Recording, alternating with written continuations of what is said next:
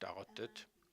Naja, gehen wir mal davon aus, die laufen sich damit etwas warm. Das heißt, der Herr Reichert sah gerade so aus, als ob er sich etwas warm tanzt. Aber jetzt hält er wieder still und seine Co-Moderatorin geht jetzt auch wieder unruhig auf und ab. So, die beiden haben ja eine halbe Stunde für die Begrüßung und Einführung. Und das ist natürlich eine sehr gute Gelegenheit, wieder etwas Zeit aufzuholen, denn in aller Regel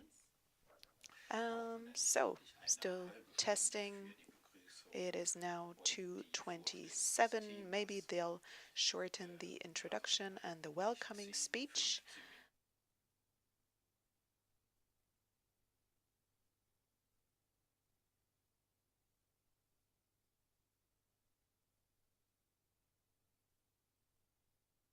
About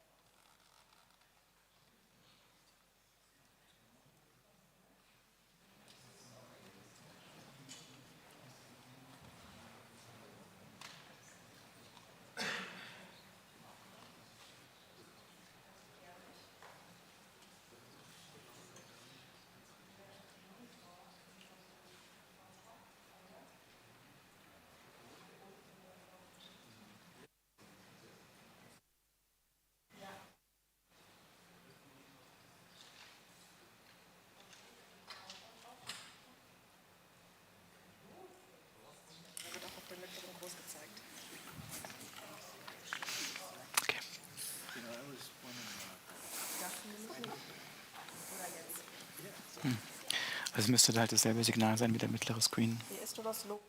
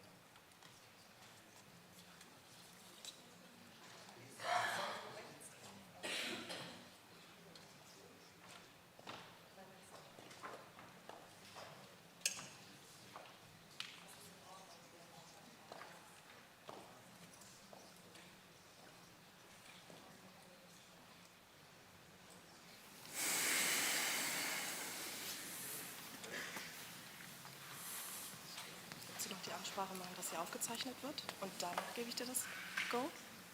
Oder? Ne? Ja, Sekunde.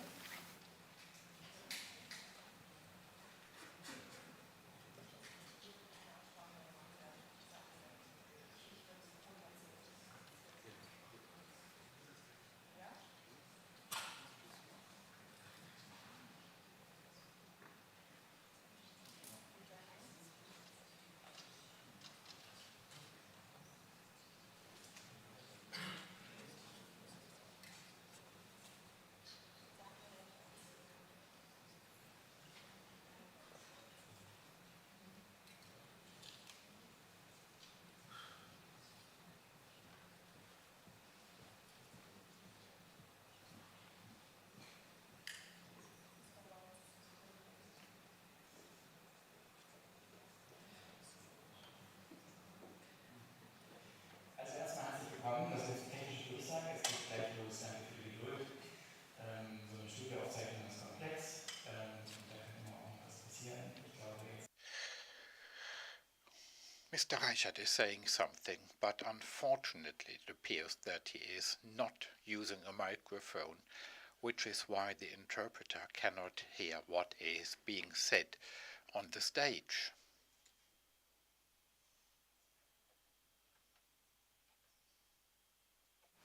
Also dann nichts lustig. Vielleicht noch der Hinweis, es wird aufgezeichnet, also es kann sein, dass Sie später auch in der Aufzeichnung erscheinen. Das ist in Ordnung, sonst setzen Sie sich am besten mal ganz oben, wo es dunkel ist. In anderen Fällen setzen Sie sich auch gerne noch mehr nach vorne. Wenn wir Sie nicht direkt ansprechen, dann liegt es eben daran, dass wir so die Kameras sprechen, tun Sie sich bitte immer mit dem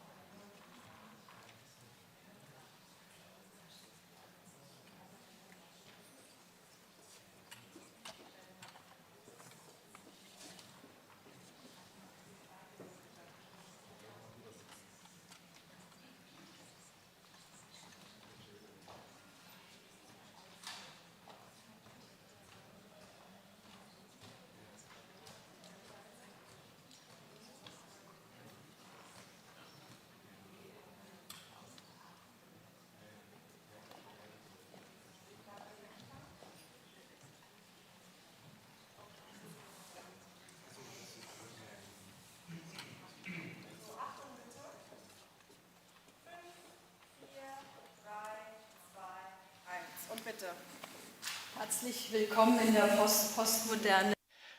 A cordial welcome to Post-Postmodernism, a map to the present.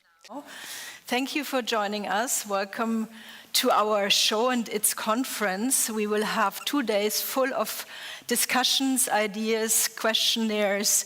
We will have a lively discourse between many guests we are very glad to have been inviting, and they're present. So please welcome everybody, and we're very happy that you're joining us online in the audience.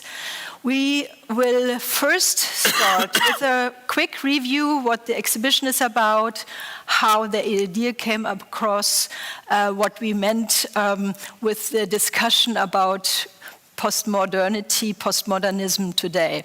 It's called A Map for the Present. The big claim of this exhibition is that the present began with postmodernity. That's something the critics have criticized very much. I think it's a big claim, but we will talk about this the next 2 days. I'm very glad that we have discussed and decided for this exhibition because we are in the largest model of it in the Bundeskunsthalle. The Bundeskunsthalle is a children of postmodernism, even though the architect Gustav Peichl has never claimed to be one. He even hated it, as his son Markus Peichl has confirmed. He was the one who has built a big box, 100 by 100 meter, in Bonn, in the former capital of Germany. He has put 3 little funky cones on top, huge cones. And he is the one who has introduced postmodernism to the German architectural audience. It's one of the main iconic buildings you can witness in Germany from its time. We are very proud to have this fantastic architecture to play with, to work with, to exhibit in. And I'm very glad that we have done this project together. Kolja Reichert, my colleague from the Discourse and Studio Bonn, is part of the team, and we have decided that postmodernity is an issue for nowadays, right? Eva Kraus, the artistic director of Bundeskunsthalle, by the way. Yes. So, why is postmodernity the subject? First, because we are in it. In the Bundeskunsthalle. The Bundeskunsthalle has turned 30 last year. We see pictures of the celebration here, a big march down the Aztecian staircase leading to the museum square. Eric de Klerk playing in front of an enthusiastic crowd. And so we did kind of a delayed anniversary exhibition 1 year later, right? 30 years is one generation. One generation gives the chance to have a new glance on what has happened. And it actually shows that a lot of artists, designers, architects nowadays revisit postmodern forms and postmodern programs. And at the same time, postmodernism is very much a subject of debate again. We will come to that later. First, another sentence on where we are.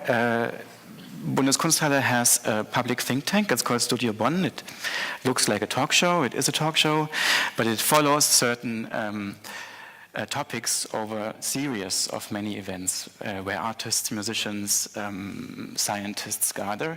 Like 2 days ago, Aisha Devi, who we see here, and our colleagues from the UN University. You can see everything on Studio Bonn.io. The conference is also a Studio Bonn.io event. And our architect, to start with again, is also a cartoonist, a very well-gifted drawer. And he did this fantastic drawing, Quo Vadis, maybe you can read it, Quo Vadis postmodernism. He claims that his funky colleagues are a bit strange. He makes fun of them. He goes for etare sozzas, for example, here. And you can see that he's not only a serious architect, but he's also a very funny designer.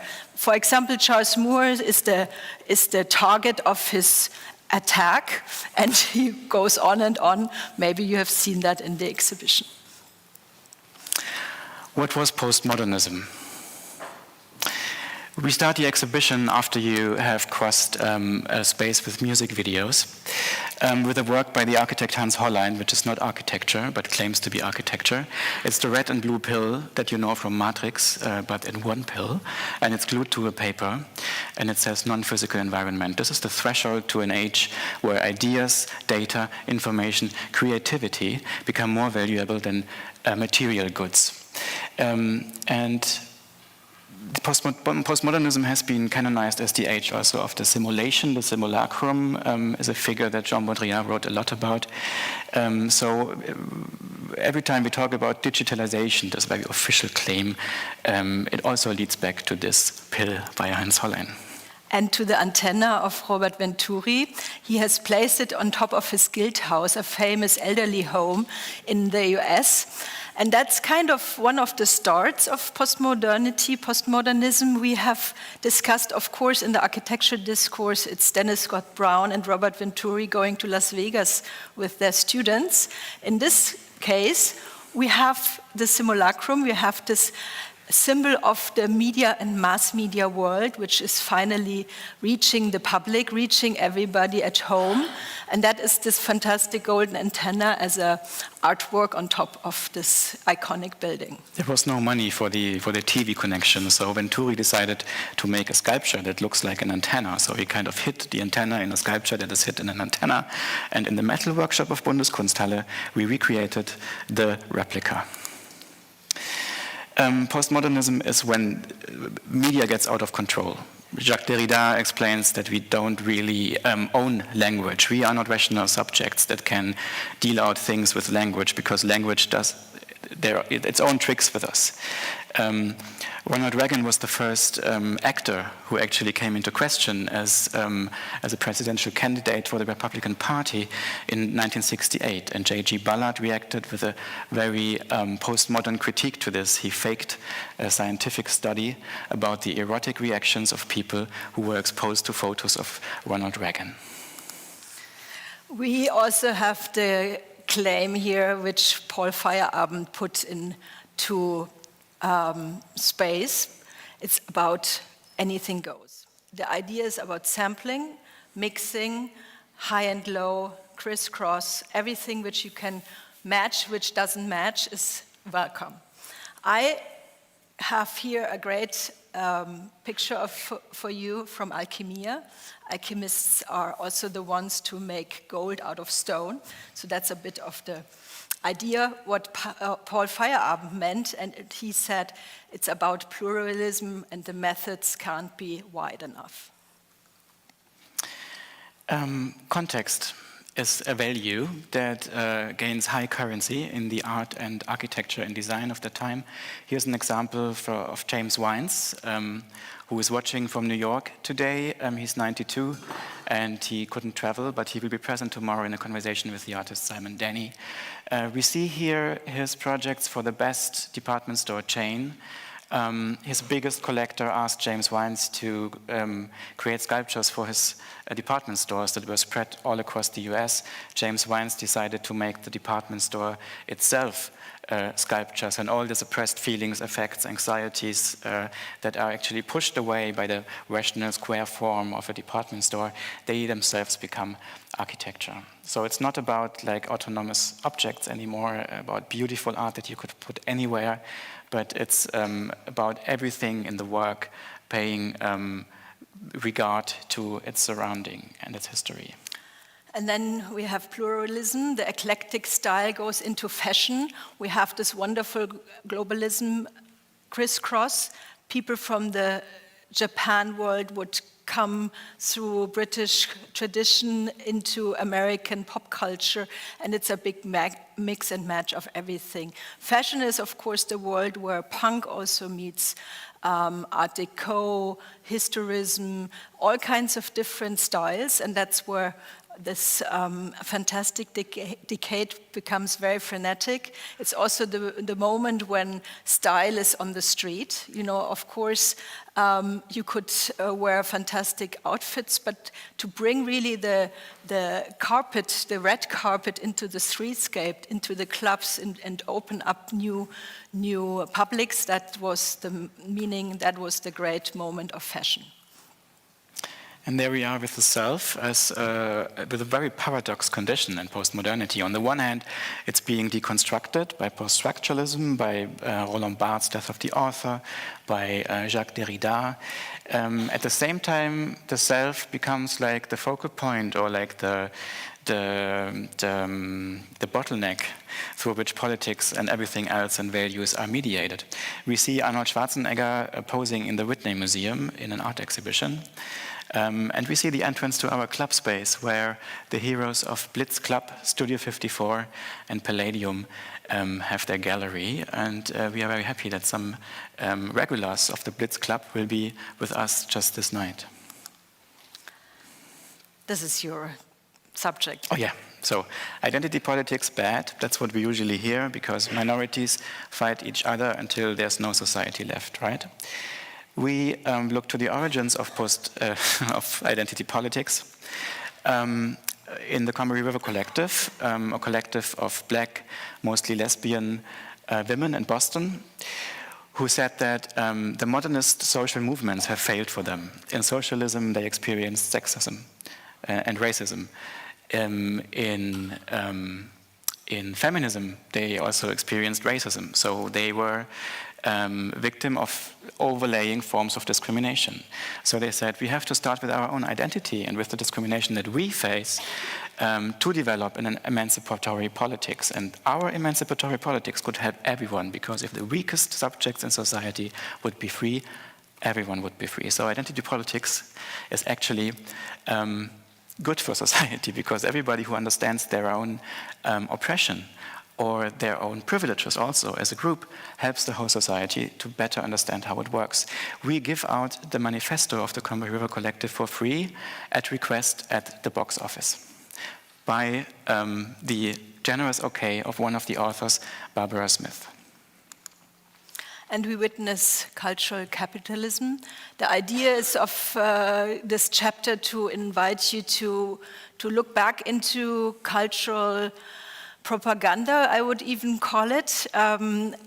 Cultural museums would be the moment of history when, for example, Bilbao was erected or planned.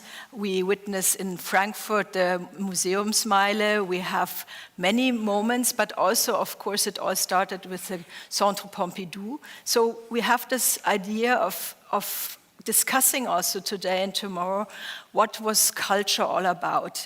Culture was the new economy. Culture was also capital. Culture was, of course, also something for society to be informed at. And we will discuss this, that it really made a difference also, of course, in neoliberalism, in all kinds of other forms of politics, but this is part of the exhibition, a very important subject. Yeah, what does it mean if the idea of economic equality is replaced by the idea of intellectual equality, or a new kind of class warfare is also started by that, which leads us to right-wing populism. This is a meme by Cem A, who runs the most popular art world meme account on Instagram, Freeze Magazine. He will accompany the Congress with memes that will be posted on the Bundeskunsthalle accounts. Why is postmodernism topical again today? Why do we do the show? We have invited Yukiko for representation. We have invited them to do our catalog. This is the young generation to explore postmodernism, even they were not born yet. Yukiko is a young studio, and I think this is the reflection of what we do for the symposium, that we have young people, our generation, younger, your generation, to think about the old legends, the history of its time, and so on and so on. So this is what we propose to discuss, that the lifespan between postmodernity and now is about to pick up again and is about to revelate. Can I say this? And then I can leave the floor to the host of the symposium, Kolja Reichert, the head of Studio Bonn, is going to drive you quickly through postmodernism. Thank you, Eva. But we'll see each other on stage in 5 minutes. So next to the explosion of media that has generated a new obsession again with primary colors, with stark contrasts as we see them here, with unraveling fantasies of forms that show in the work of Studio Yukiko. We also have a very dark present, one could say. It's funny that in the 90s, talk about postmodernism somehow faded. And there was even attempts to call the time second modernism, because like the rail tracks in the 19th century that globalized, unified the world, suddenly internet seemed to do the same. Ideas and goods might travel without any blocking, and understanding and capitalism everywhere, which is the thesis of Francis Fukuyama. This hasn't worked out.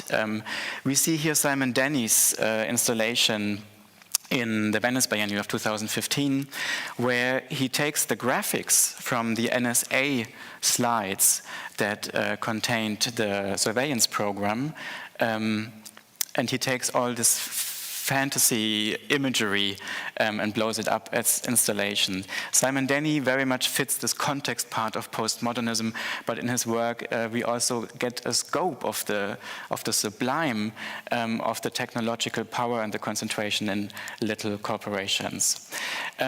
We would claim that we are at the end of mass media. That was also something that New Models explained a year ago exactly on that stage at the Congress, The Future of Critique. It's still online. New Models are a duo. Caroline Buster was an art critic for Art Forum, later Texte zur Kunst, and Julian Wadsworth was a musician and a music producer and music video producer. Now they do their completely own platform, which, and this is the fantastic thing, generates judgment, content, ideas from their own community, which is a very different concept of media than it has shaped postmodernism. In Henrike Naumann's work, we see the societal subconscious enter exhibition rooms by used furniture that she finds on eBay wherever she exhibits. And there's also, when you see her installations, you really understand that 30 years have passed. We see like the second Ableitung, the like secondary versions of postmodern forms that were dropped in department stores all over, also the GDR, for example, where Henrike grew up.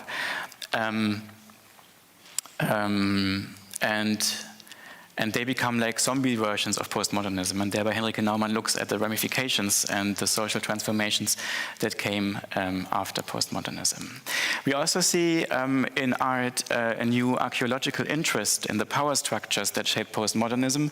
For example, Noah Barker took the color code of the Centre Pompidou and applied it to the infrastructure wherever this work is exhibited. Noah Barker will be respondent tomorrow for the lectures of Sylvia, Lavin and Reinhold Martin. So far, a few picks from the program to widen the stakes of the symposium. Postmodernism has reappeared after the election of Donald Trump.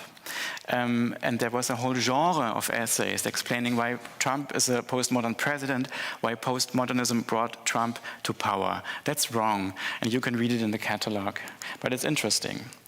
Also, Alexander Dugin, the Russian philosopher very close to the Kremlin, has talked a lot about postmodernism. And saying, like, if it's true that the meta-narratives are over and there's no truth, we make our own truth, Russian imperialism. At the same time, Russia is very much pushing this idea of the scapegoat of postmodern LGBTQIQ.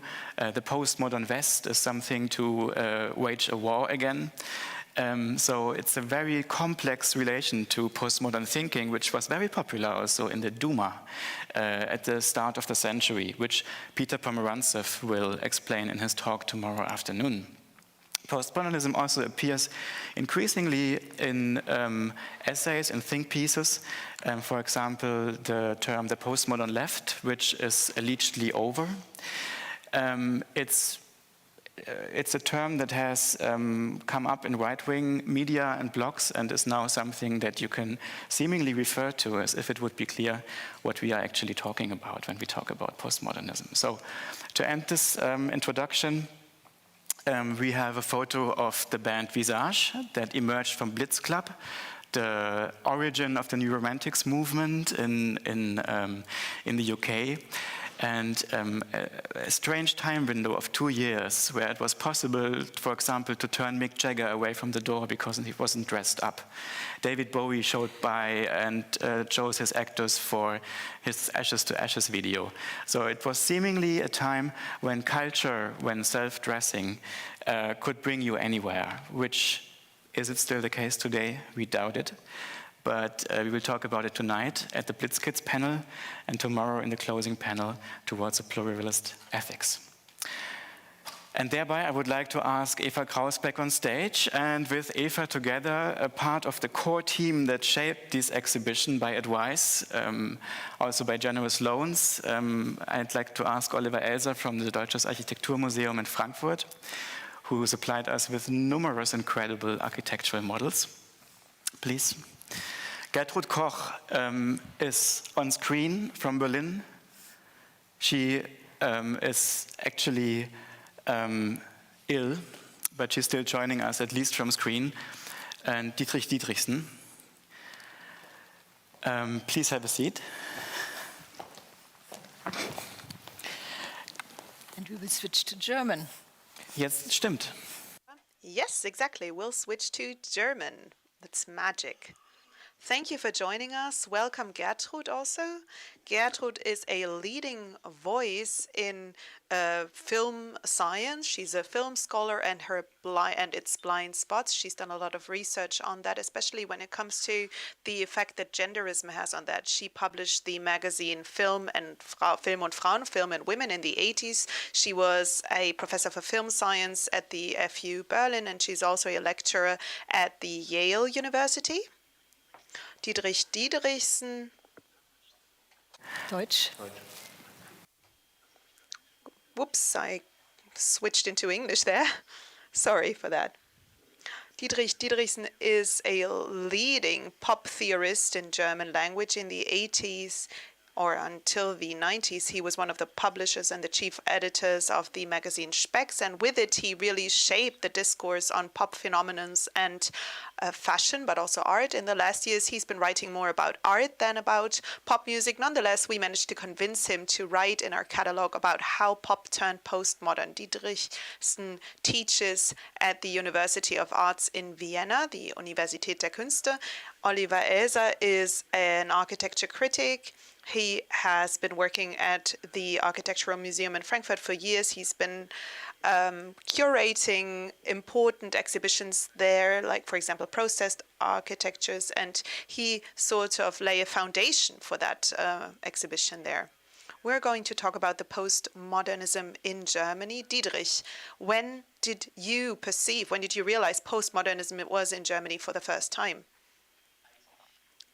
When, in 1972 or 1973, I think it was one of those Saturday evenings, and I was there with all my friends who basically all looked the same. They all wore the same clothes, they all had long hair, and they all wore those weird little monkey jackets that people used to wear back then. They wore jeans, just like everybody else, long t-shirts, and you know, just a typical weekend. We went to the usual club and our usual dealer sold us some stuff. And that dealer, who, by the way, also looked like us, and he had the longest hair, and his hair was always really sort of greasy. He didn't look too good. He was super skinny. And he had this funny way of walking, like a cartoon by Robert Crumb.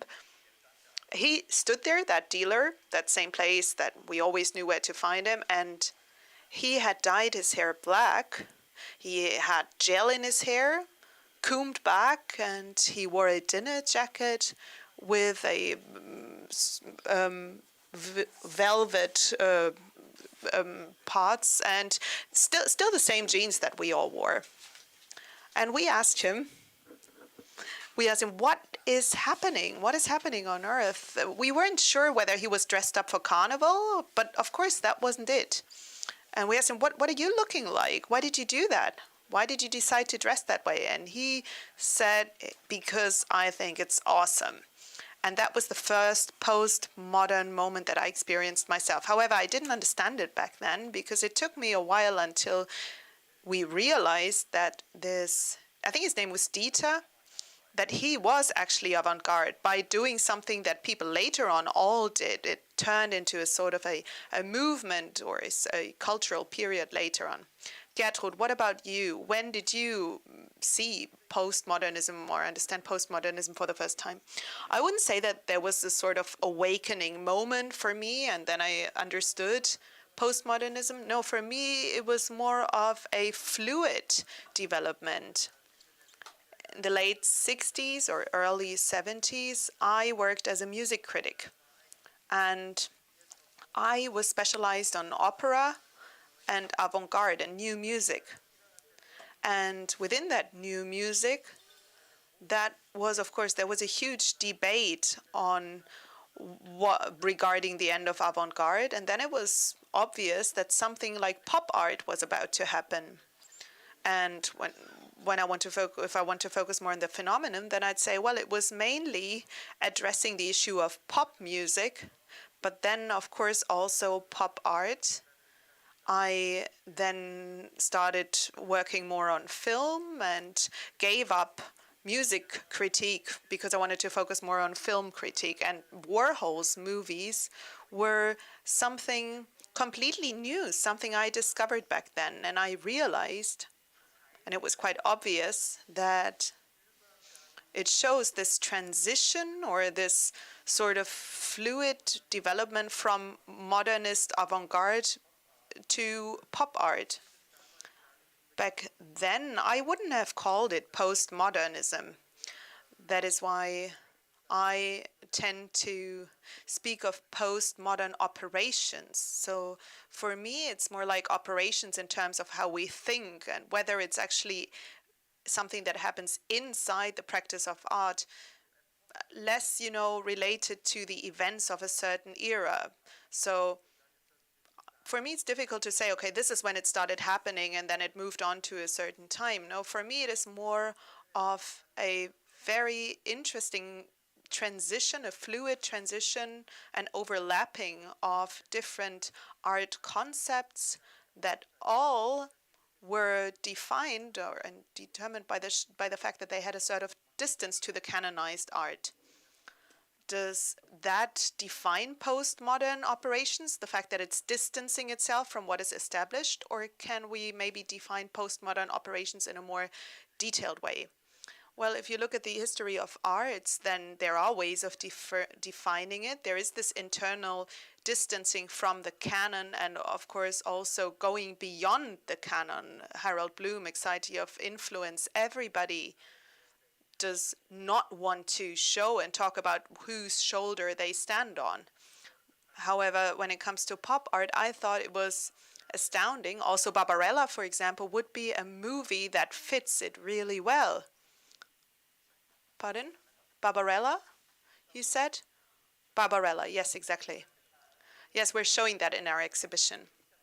Yes, because like I said, I was always fascinated by seeing what happens when all those genres, the boundaries between the genres, high arts, low arts, and so on, when that is actually blurred into one. And film, in a way, is the art that sort of broke through these boundaries very early on, that always represented the fact that something can be popular and new at the same time in the spirit of the old avant-garde.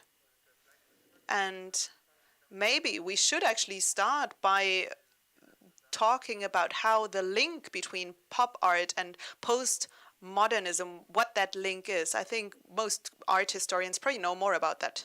Well, we'll see if we have time to talk about that today. If not, I'm sure Simon Denny and James Wines are going to talk about that tomorrow. Oliver Gertrud warns us of actually understanding postmodernism as an era. We take that risk with a playful title, Postmodernity 1967 to 1992. It's almost like, or we pretend that postmodernism can be limited in a way, but our exhibition shows that that's not possible. What is your stance? When did postmodernism start in Germany in architecture, and how was that seen for the first time, and when did it end? Well, when did it start in Germany? I'd say that moment, well, maybe it started in 1970 in Karlsruhe. That moment when there was a competition, an architecture competition. The old town of Karlsruhe was to be renovated, refurbished, and back then it was basically about tearing down the whole center of town and replacing it by something completely new. And that was something that had been done before that in Berlin, in Wedding, for example, Annebrunnstraße. There are these areas that were torn down. Many times that didn't happen in the end, so Kreuzberg was supposed to make place for a motorway. But from the 70s onwards, all of a sudden, people said, no, we'll do it differently. We're not going to do that because this competition leads us to a dead end. So all of a sudden, people decided to maintain the structures that were already there, to rebuild them and to continue with them. So an actual paradigm shift. And the label postmodernism wasn't there back then. That was more related to, the foundation of regional history associations, the environment movement, maybe focusing less on growth. Well, for architecture, but also for the discourse as a whole, the question of, okay, how do we address the past? 1975 is an important year for that. That was a year where all of a sudden people now started to have a positive look at the old times. You know, we're not saying that all of a sudden we wanted to move back to the emperor times, but there was a certain rediscovery of the old structures. And this shift that took place in the early 70s then had a long echo, and this label, postmodernism, is actually only used in hindsight. So when we look at that now, and if I look away from Germany, if I look at the US, then you see that in the 50s, in the 60s, new tendencies in architecture were shown. Playboy architecture, that's what somebody called it. So an architecture that was difficult to capture because it moved away from the old. And he actually was very worried about that. So it wasn't something positive. It was a sort of defense of an old avant-garde against something new that was judged as a step backwards. And all of a sudden, in this field, there were certain trials to label things, and that's when postmodernism was mentioned the first time. In architecture with Just Jenks, so in 1977, the language of postmodern architecture, that's when the breakthrough happened. But it was more of labeling something, a tendency, an attitude that doesn't only exist in architecture, that had been there for a long time, and where I'd say it's not that much of a style, but it's a new way of thinking. But the way how postmodern was copied by Charles Jenks as a notion also shows that postmodernism was also always a marketing term. So something that people used in order to describe something new. If you studied with many experts in postmodernism in Vienna, what was the world in 1990 like? And how did your perspective on postmodernism change through the exhibition? Well, I had an awakening moment just like you, or very similar. I studied at the Applied University in Vienna, and it was sort of the place to study. People were there from the US, from Italy, Hans Hollein, for example, the maestro, Schule Korb Himmelblau, James Wines, they were all there, Zasta, Mendini, you name it. So the west coast of the US was represented there in Vienna. And I had my moment of awakening when at, a typical meeting, everybody was dressed the same way, black suit. And all of a sudden, Vivienne Westwood showed up. She was a professor for fashion back then. She wore a negligee and nothing underneath. And that was the most subversive act I had ever witnessed. And as soon as I saw that, I realized that I, with my conservative Munich background, had to leave that background in order to understand what that world actually means. And so many things happened at that very same time. So much confrontation, deconstructivism was created back then. So the early 90s in Vienna, there was so much happening, and we really realized that the methods were sort of crashing against each other. The different ideas and also convictions were all encountering each other. And all of that was possible at the same time. This is something that we also emphasize at the exhibition. At least everything was possible, everything at once. All different things were presented. People had those debates, and the multiplication of the different styles, eras, mannerisms, eclecticism, all of that was possible. We have heard very different definitions of postmodernism, or of what we might call postmodernism. Maybe each one of you could give us a definition. Diedrich, you experienced it back then the first time, but when did you actually understand, name postmodernism? Well, there were so many different moments. First of all, I would say that when I hear pop art now, for example, and when I hear people say pop art was already postmodern, and I just had 5 minutes to think about that, and I'd say, well, Roy Lichtenstein was a postmodern artist, but Rosenquist is definitely not. Rosenquist wants to understand how we see things in a given media and cultural architecture in a way that modernists also agreed with. A new world, of course, a different world, but a fully modern project. And that is how this, to actually grasp that definition of postmodernism, for me is very difficult, especially if you look at the different eras. The moment I described in pop music, well, there were 2, 3, 4 bands, and that's where that dealer guy got the outfit from. So that was the beginning of an era, but these were really individual events, singular events, David Bowie, for example. However, there was a postmodern pop music around the 1980s, from 1980 to 1985, that at a much bigger scale worked as a genre-building institution. So emancipation of quotations, for example, or actually people liking to present themselves as constructed and so on. But these weren't singular characters that tried to advance these ideas against the hippies. No, it was actually a mainstream back then. And I think that's something that helps us in order to look at the different arts, the different disciplines, to say, okay, something is coming from a different era that thrived in a certain environment that was already postmodern. And then from case to case, this led to very different phenomena. Well, you always have different phenomena, but different links to different eras. And if we would have done that, and if we would then think of the definitions, the tools we have in terms of definitions in order to understand it, then usually it's quite unreflected to simply say what I just referred to, that emancipation of quotes, or later on a fetishizing the quote, or celebrating the constructed, or also mixing cultures If I think of movies, for example, the first postmodern mainstream movie is The Apartment by Emilia Kazan, where they really used these methods.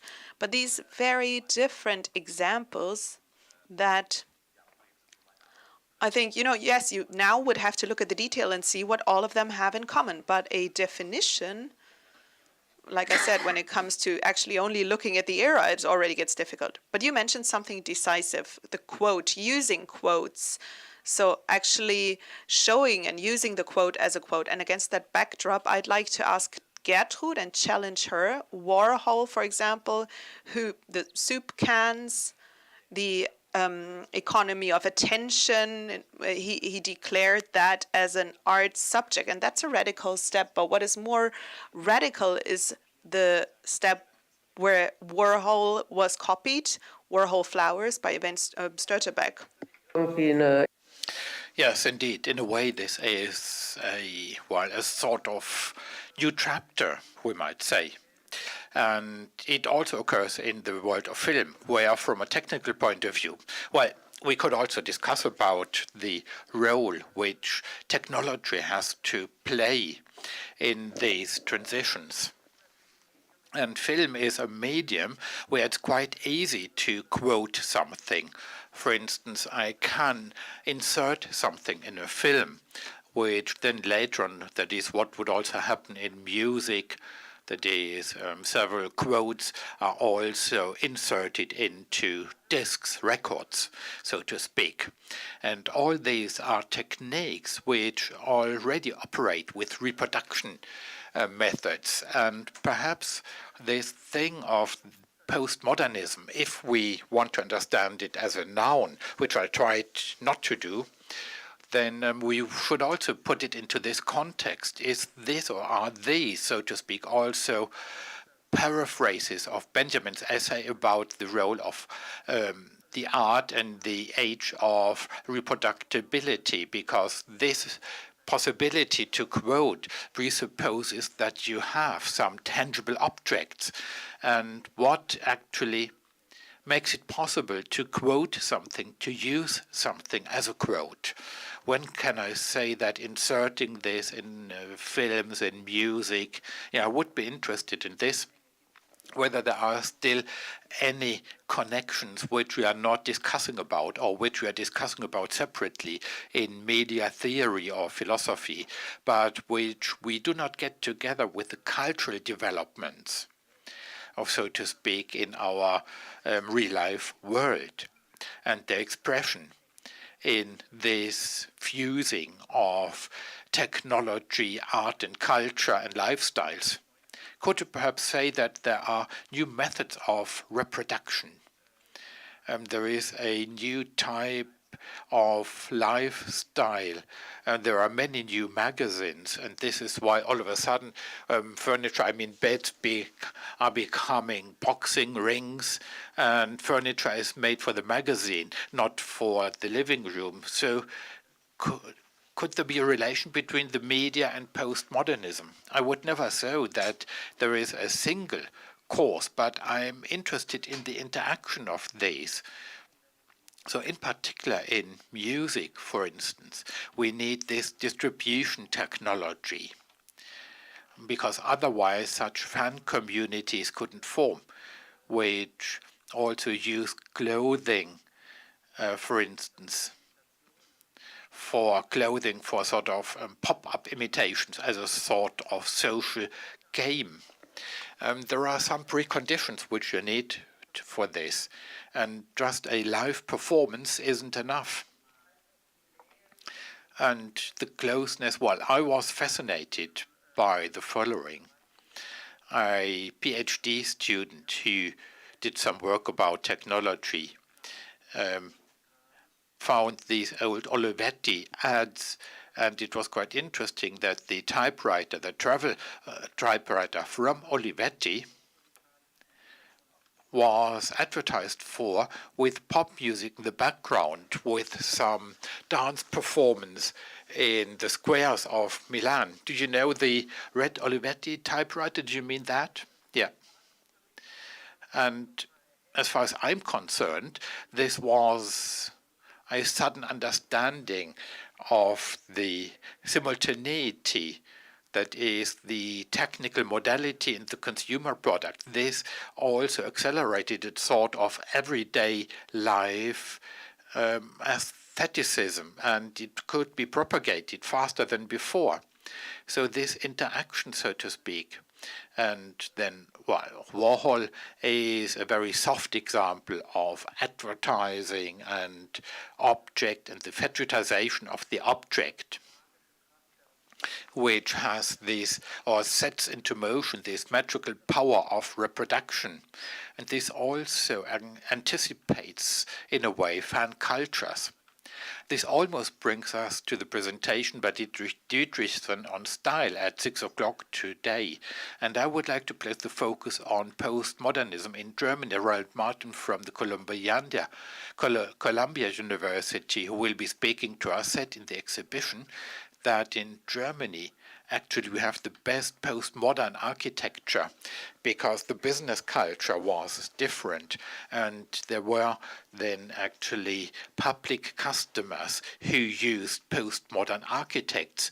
Would you confirm this, that we have the best postmodern architecture in Germany? And if so, what is so special about this spread of postmodern architecture in Germany? What you can also see in the exhibition are the examples from Japan.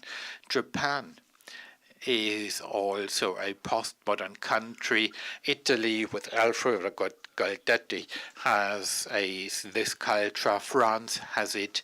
In the exhibition, there is, for instance, Abraxas, the film was a scene, a set for the Hunger Games. And so I think Germany is not that special in this respect, but in Germany this is related to museum building and also a new design of cities, and then something like the IBA in Berlin might come about. And in particular, these museums stand for a rethinking of a cultural concept, a cultural notion. And we have to bear in mind that what we celebrate as a success story, the Frankfurt Museum riverbank, was actually seen as a neoliberal backlash. So at that time, it wasn't seen as a future-oriented new mode of thinking. It wasn't really welcomed. And Kunsthandwerk, cultural craft by Richard Meyer, is a sort of Le Corbusier zombie. The Schirm Museum with its sandstone cladding and the columns is rather a sort of crypto-Nazi architecture, like by Speer. And the Architectural Association said, well, actually, you are doing rubbish because this is culture only for elites. You must also make utilitarian buildings, and you're now investing all the money in these few lighthouse projects. So it's something else. When I look at this from the current point of view, and today I can see the difference from what had been there before. For that reason, I think it's interesting, and I do appreciate the energy to design something of your own. But when you go back to this time, you should also realize that this was very suspect from the political point of view. And the epitome of reactionary is the capital of our house. This exhibition dating back to 1980, and also the Venice Biennale. And there is Jonathan Smith, who always said that he designed as if modernism had never existed. And Heinrich Glotz, the founding director of your museum, right, exactly, thinks this is very interesting in abstract terms. But there was this claim, and when I look at the old drawings on this portal, then it's hardly surprising that Thomas Goldschmidt at the ended up at the Catholic University of Notre Dame. And he followed up to Trappism in architecture. And these are things which you should also take into account. And when did this begin to be re-evaluated? When was it seen as a remnant of a past period? And how would you now assess the postmodern architecture in Germany? I'm not quite sure whether this re-evaluation is already taking place. It's now, in a way, in a sort of retro nostalgia when you're saying, oh yeah, we are still in this generation of the golf car drivers. And then among the younger architects, it's a phase where they actually do what at that time was at the top of the agenda. That is, anything goes and not variety. And well, this phase didn't last long. And nowadays, when I look at what the generation between 30 and 40 is designing, well, this is anything but suspicious or suspect, and they do what they want, and they are not being put into question for this. Eva, postmodernism in Germany, was it good or not? I think Germany had big problems with postmodernism. It was not really on the agenda. There was the great modesty which was being advocated, in particular in architecture after 1945, and the horizontal modernism as the Chancellor's bungalow next door here. That is, this simplicity, this reduction. This was important, and this is why it never took wing in Germany. And we don't have the sense of humor for this. We don't have this mental distance. We cannot laugh about ourselves or not take things so seriously. And this is the reason for this objection to postmodernism. Nobody appreciates it, but they don't want to criticize it because there is energy in this. And I think that Germany missed out on postmodernism in Germany. Well, pop music, counterculture. I would say that in these areas, people never wanted to be German in the first place, and they never had a culture of remembering, but they tried to hide away their Germanness, so to speak, although krautrock is now also flourishing. And there was a period which you might call postmodern when there was an ironic reference to Germany. But this was not a reference to Germany with its past, but the German Federal Republic. So a sort of embarrassing or perhaps a caricature of the culture in Germany which developed about in the 80s. And which came up then, the Neue Deutsche Welle, the new German wave. Well, there was a poster which said, if you don't like punk, go to the GDR. And this is a perfect final statement. We will be meeting again in 15 minutes' time for the presentation by Henrike Naumann about postmodernism and what developed after it. Thanks a lot, Eva, Gertrud, Diedrich, and Oliver.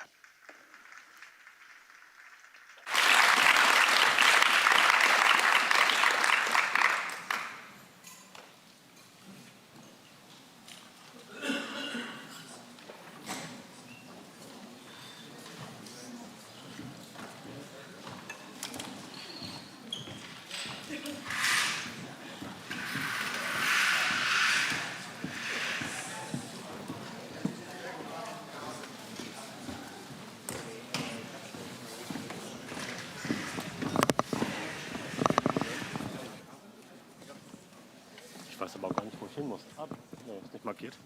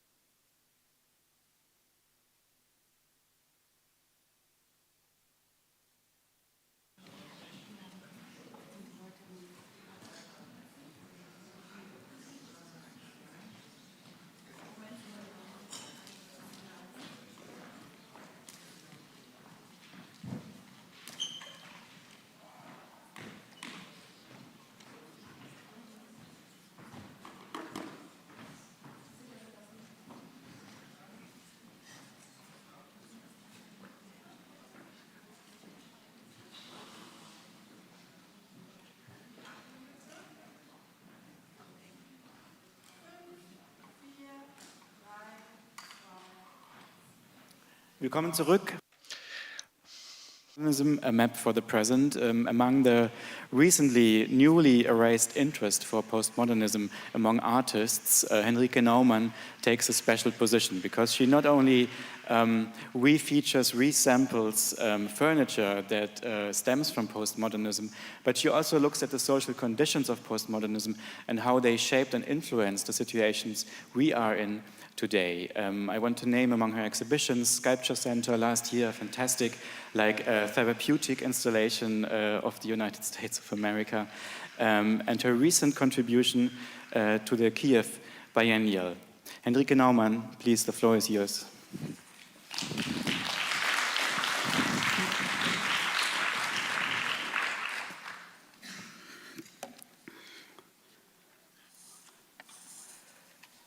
What comes after postmodernism? I see this lecture as a response to the exhibition text in der zweiten Postmoderne for the exhibition catalogue of Bundeskunsthalle. Interpreting Russia as a postmodern dictatorship assaulting Ukraine in a postmodern war is something that I think needs more context. I understand the fascination for trying to analyze the evil perpetrator, but it comes at the cost of ignoring the perspectives of the victims violently affected by this. While Putin gets almost 3,000 characters in the text, Ukrainians are mentioned only once, as quote-unquote Nazis. So a text that set out to analyze a postmodern dictatorship fell victim to its mechanisms and traps and enforced its narrative. The label postmodernism can obscure the view on the consequences it has. So I want to respond and ask a question: what comes after postmodernism? Chapter 1, death. This is the M2 Mazda building in Tokyo, a staple in every show on postmodernism. It seems to be built with a DIY kit on how to construct a postmodern building. Architect Kengo Kuma, who later became known for a traditional Japanese aesthetic of wood and natural materials, would have loved for people to forget about this early work of his. But architecture has the tendency to just stick around. It was finished in 1991, at a moment when the classic postmodern era was coming to a close. At the same time, postmodernism was already having a renaissance in stores all throughout East Germany and the former Eastern Bloc, where the old designs could find new customers wanting to refurnish their homes in a Western or Euro-Remont style. The M2 was built as a gigantic showroom for Mazda cars. It hosted fairs and sale events. But the crash of the Japanese 1980s bubble economy forced the company to close in 1995. So I was curious, what is happening inside this gigantic monument to postmodernism today? How did Japanese society, where many things needed to be restructured following the economic crash, re-envision this extraordinary building? So in 2018, I traveled to the outskirts of Tokyo to visit this temple of postmodernism. But what I saw inside exceeded my wildest expectations. The building had been taken over by a company called Memolith, founded in 1981. The company's line of business included preparing the dead for burial, conducting funerals, and cremating the dead. So in the halls that in the early 90s had cars on display, now presented flower arrangements, altars, and coffins. Deeply confused by the atmosphere and the layers of history in the space, I wandered through this gigantic building with my analog camera, trying to capture something of the afterlife of Japanese postmodernism. I could not believe it, but at the same time, it made a lot of sense. How after the crash, the consumer temple was turned into a temple for mourning. So in my research, I decided to contrast these different historical layers by combining archival footage from young Japanese women, so-called car girls, posing next to the cars, with photos I took of the mourning spaces. I put their clothing in relation to the curtains and fabrics in the rooms.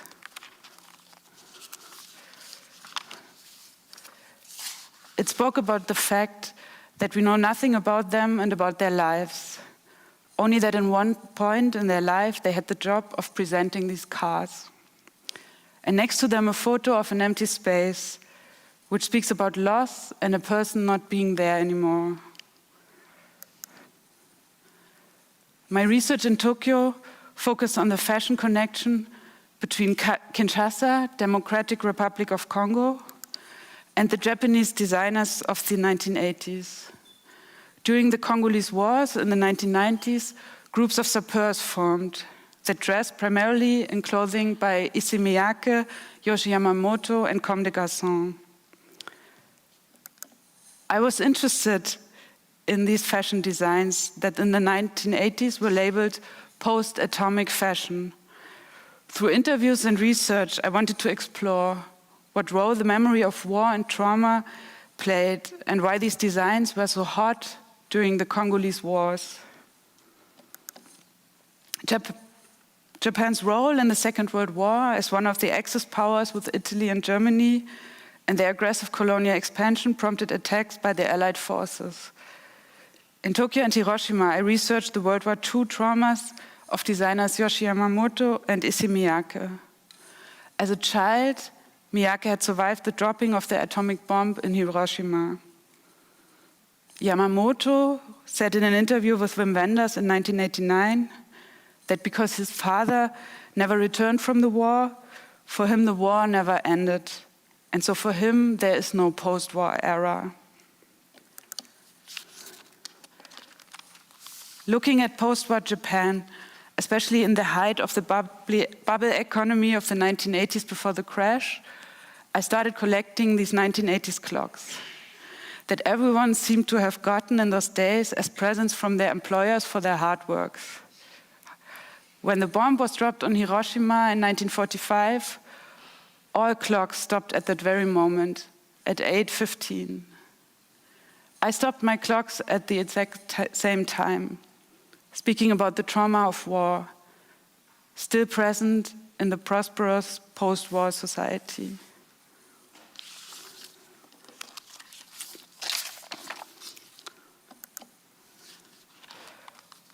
What comes after postmodernism? Chapter 2, War.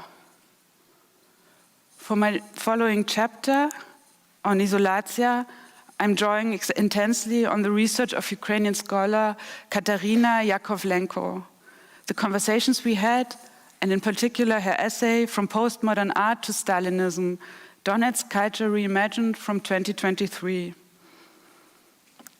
For further reading, I suggest the archive of the Izolacja platform online and the writings by journalist and former prisoner of Izolacja, Stanislav Aseyev, The Torture Camp on Paradise Street, and In Isolations, Dispatches from Occupied Donbass. Last month, I participated in the 2023 Kiev Biennial in Ukraine. Traveling to Ukraine to produce a work on site, I decided to collaborate particularly with male artists who cannot leave the country anymore. My work reflected on the fact that now every male artist is a potential future soldier. The conversations I had in Ukraine gave me a deeper understanding of the situation our colleagues face there, but also of the blind spots we have in regards to the role of art in this war. From a curator from Donetsk in eastern Ukraine, I heard about the art center Izolatia. Izolatia is a non-governmental platform for cultural initiatives, founded in 2010 on the site of a former insulation factory in Donetsk. It became an important art center in the region, looking back at Soviet history, as well as thinking about future concepts for the region. They organized many projects and exhibitions with Ukrainian and international artists that realized large site-specific works in the industrial spaces. In June 2014, the Izolatia complex was seized by the Russian Federation and converted into an illegal prison and military base. Buildings used for cultural events and art projects are now places of illegal imprisonment, torture, and execution by firing squads. According to the testimony of former prisoners, the hostages are kept in inhumane conditions, made to do forced labor, and undergo moral and physical abuse. When I heard about Izolatia, I was beyond shocked. As an artist and someone working in art institutions since over 10 years, it haunted me in a personal way. But what disturbed me tremendously is that I had never heard about Izolatia. One curator from Donetsk described it like this. In 2014, we lost the information war. It made me think of a lot of conversations I keep having in Germany with people arguing along FSB disinformation talking points when speaking about Ukraine, oligarchs, and Nazis. On the photo, you see a torture chamber in Izolatia with electric shock devices. The photos we see here were released anonymously in 2019 through the Telegram channel of Donetski Traktorist and were confirmed by former prisoners. Who the tractor driver is remains unclear, though his name is a dig at Russian propaganda, harkening back at Putin's claim in 2015 that those fighting in Donbass are yesterday's miners and yesterday's tractor drivers. This map shows the use of the former art center as a prison after the seizure. This is an excerpt from the United Nations Human Rights Report, Arbitrary Detention, Torture and Ill Treatment in the Context of Armed Conflict in Eastern Ukraine, 2014 to 2021, detailing forms of torture conducted in Izolatia. What role does art play in all of this? I want to show you this video from 2014, an excerpt from an interview with self-proclaimed head of the special committee, Leonid Baranov, where he speaks about the art that was shown in the art center before the occupation.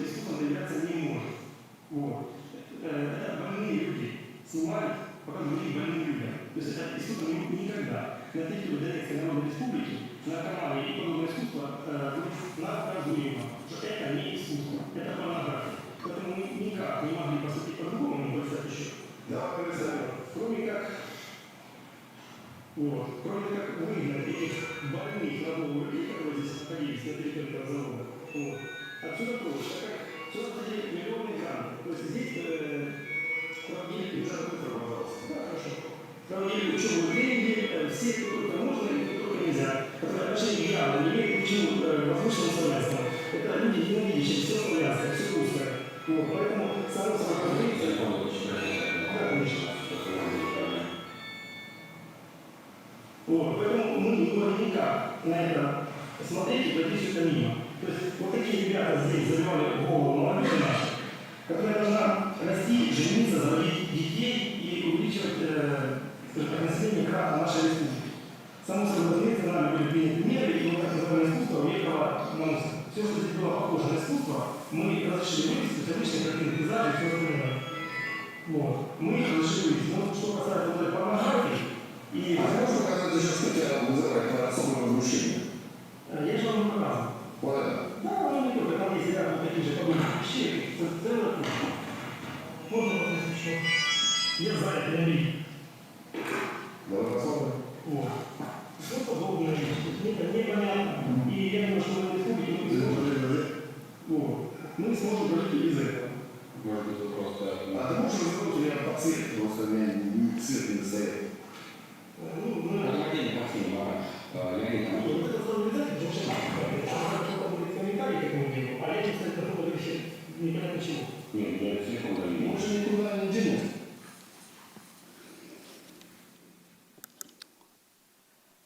He states that the art shown here promotes pornography and drug abuse and has a bad influence on young people who should get married, have children, and by doing so, multiply exponentially the population of the Republic.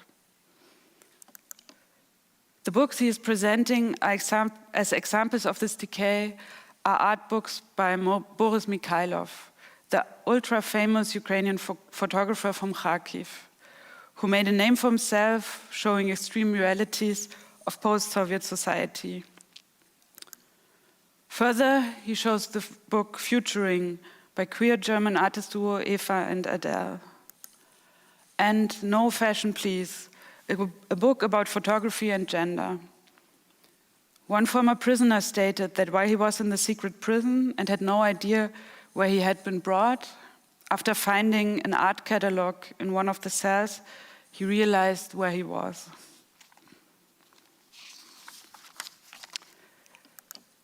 The work Homo Bulla by Ukrainian artist Maria Kulikovska from 2012 was one of the site-specific works that stayed in Izolatia after the seizure. The work consists of human-sized casts of her own naked body, recreated in soap. It later emerged that Russian soldiers were using the soap sculptures as training targets in the shooting camp. The artist reacted to this brutal use of her work and of her body by participating in the filming of the movie Zabuti, The Forgotten Ones, by Daria Onyshchenko in the role of a journalist from a propaganda channel, shooting at her own work. The work Make Up by Cameroonian artist Pascal Martin Taillou from 2012 reflected on the role that women played in the post-war development of Donetsk and its industrial reconstruction. He transformed the tip of one of the factory pipes into a gigantic red lipstick. The work was one of the site-specific works that was destroyed by the occupying forces. While the lipstick sculpture evokes associations with different iconic works of postmodernism,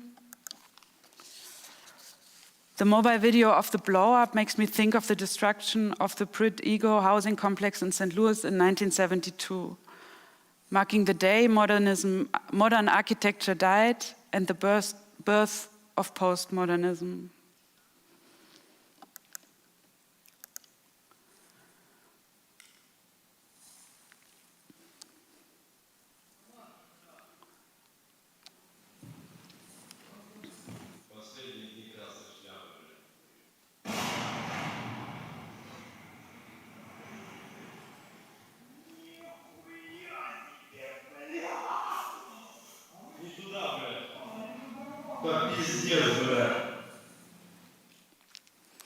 With these remarks, I want to highlight what is at stake for Ukrainian artists and Ukrainian people in this war. that Russian occupation of Ukraine doesn't mean that a garage center for contemporary art might open in Kiev.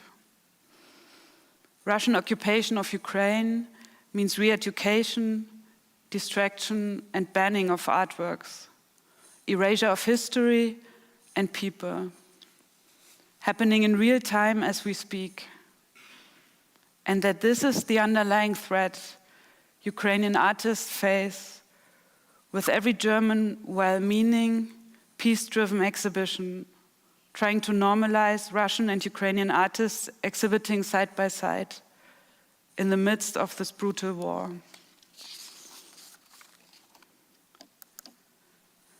In the official art of Stalin's time, the display of women's hard work was marginal. One of the few exceptions is the painting The Donbass by Alexander Deneka from 1947, held in the State Tretyakov Gallery in Moscow. The painting depicts the workers in an idealized way, not exhausted by hard labor, but physically robust and enthusiastic.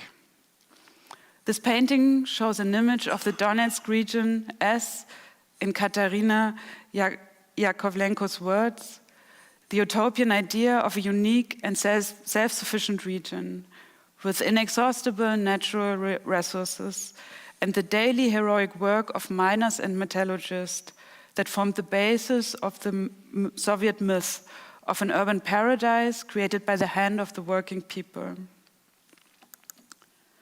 After the occupation of eastern Ukraine and the destruction and erasure of all postmodern and contemporary international art, new exhibitions of art took place in the self-proclaimed Donetsk People Republic, DPR, that can be seen in the socialist realist image tradition of Stalinism. This contemporary painting by then 27-year-old St. Petersburg artist Alexander Novoselov was shown in an exhibition in Donetsk in 2017. Next to endless paintings about the Great Patriotic War and soldatic life, paintings in the show like this could be what Leonid Baranov might have imagined when speaking about art influencing young people to procreate and so multiply exponentially the population of the DPR. But art also transformed in the public sphere. From 2014 on, posters like this started to appear in Donbass. This one features a highly recognizable 1941 Soviet wartime poster, Motherland, by Irakli Toitse, with an additional slogan on the left, "Join the People's Militia of Donbass." 2017 marked the 100-year anniversary of the 1917 revolution. On the billboards in the city of Donetsk appeared agitation posters, which called for consolidating military forces and cementing victory in the war against Ukraine. The right side of the billboard reproduced a well-known 1942 poster by the Kukriniksi collective. It placed soldiers of World War II against a background portraying Russian military greats, from medieval Rus knights to Civil War icon Vasil Shapayev. The DPR propagandists attempted to construct their identity not on a regional, but on a heroic historical base, referencing Stalin wartime propaganda directed at the Soviet Union in general. By this, their aim was to build a connection to the familiar visual representation of righteous violence, which also implied an uncritical attitude towards Stalinism and the identification of the pro-Western enemy with the Nazis.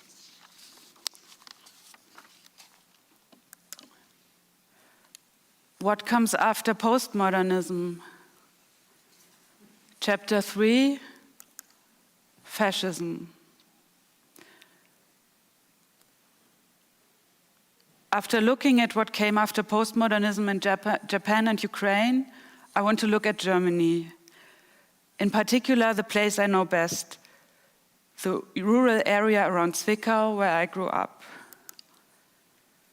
Postmodern design and architecture left a strong visual mark in the area, mostly because it was the aesthetic style that was widely used after the end of socialism.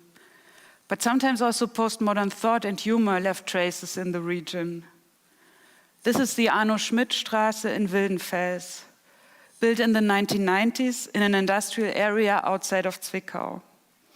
It borders the Gewerbestraße, and its only purpose is to lead people from the Autobahn to McDonald's.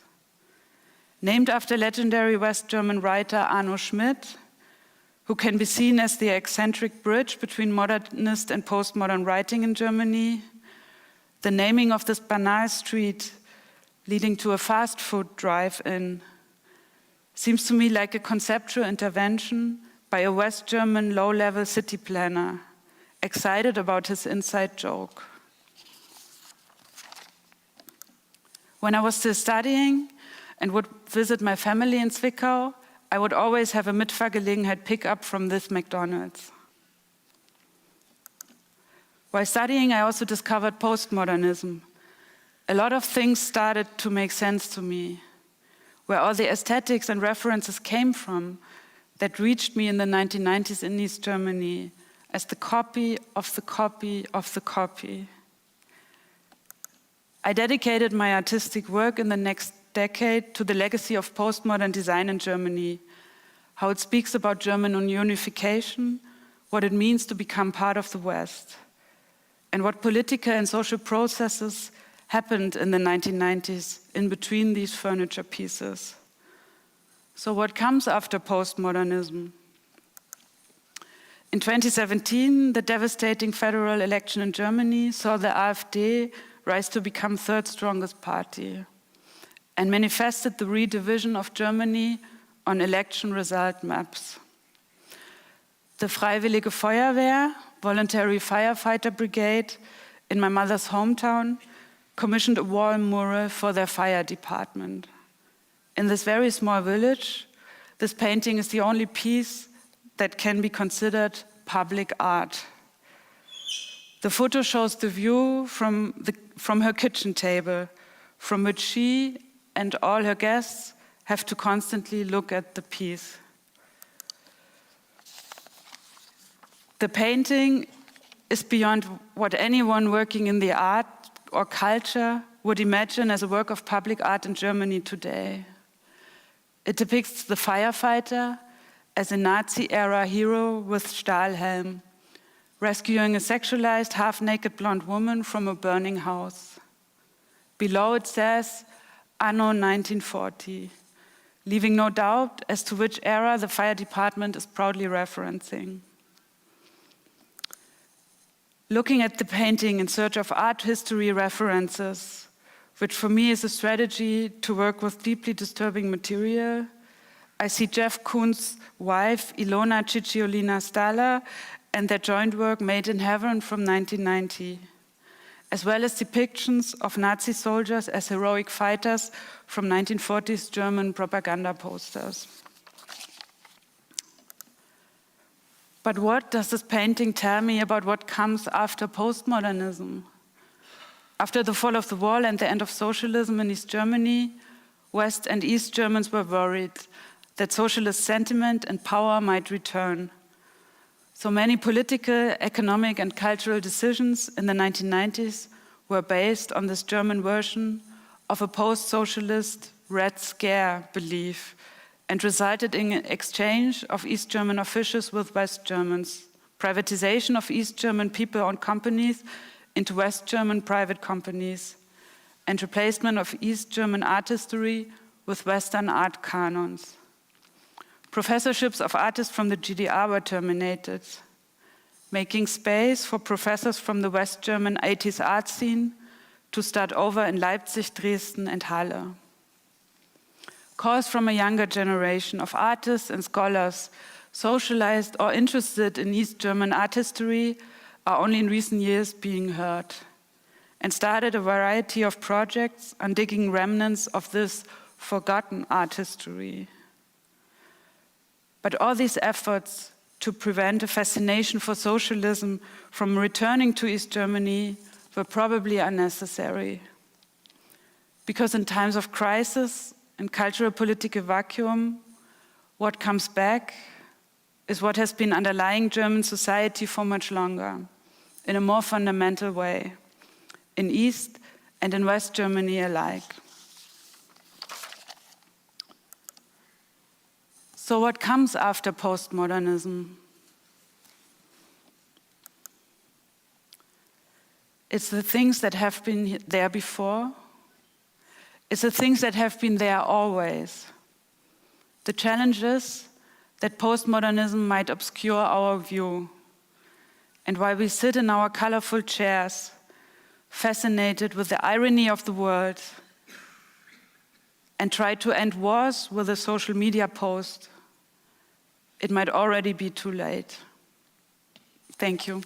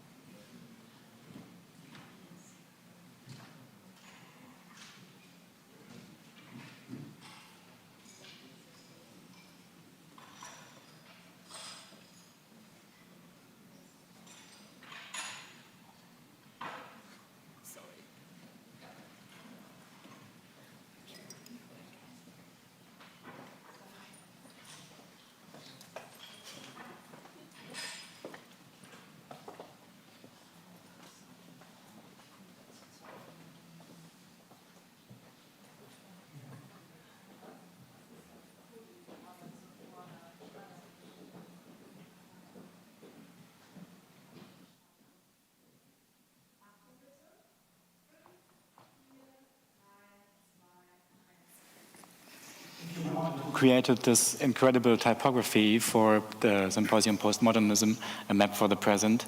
It was Neville Brody, living legend of graphic design, shaping graphic design globally since the 1980s.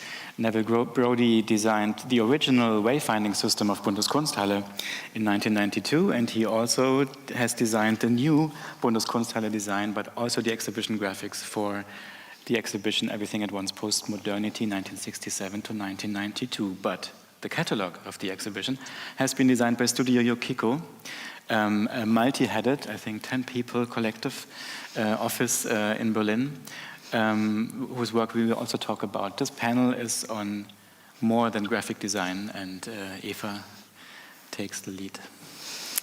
Thank you, everybody, for joining in. Thank you, Neville, for coming from London. Thank you, Yukiko, for jumping in. We would have had here Markus Peichl, the son of Gustav Peichl, our architect, who was also, as Neville was in the 80s, very famous for journalism, for newspaper design. But we will start now first with your work. Neville Brody is one of the legends from its time. He was and is a rock star of graphic. Eva, I'm leaving now.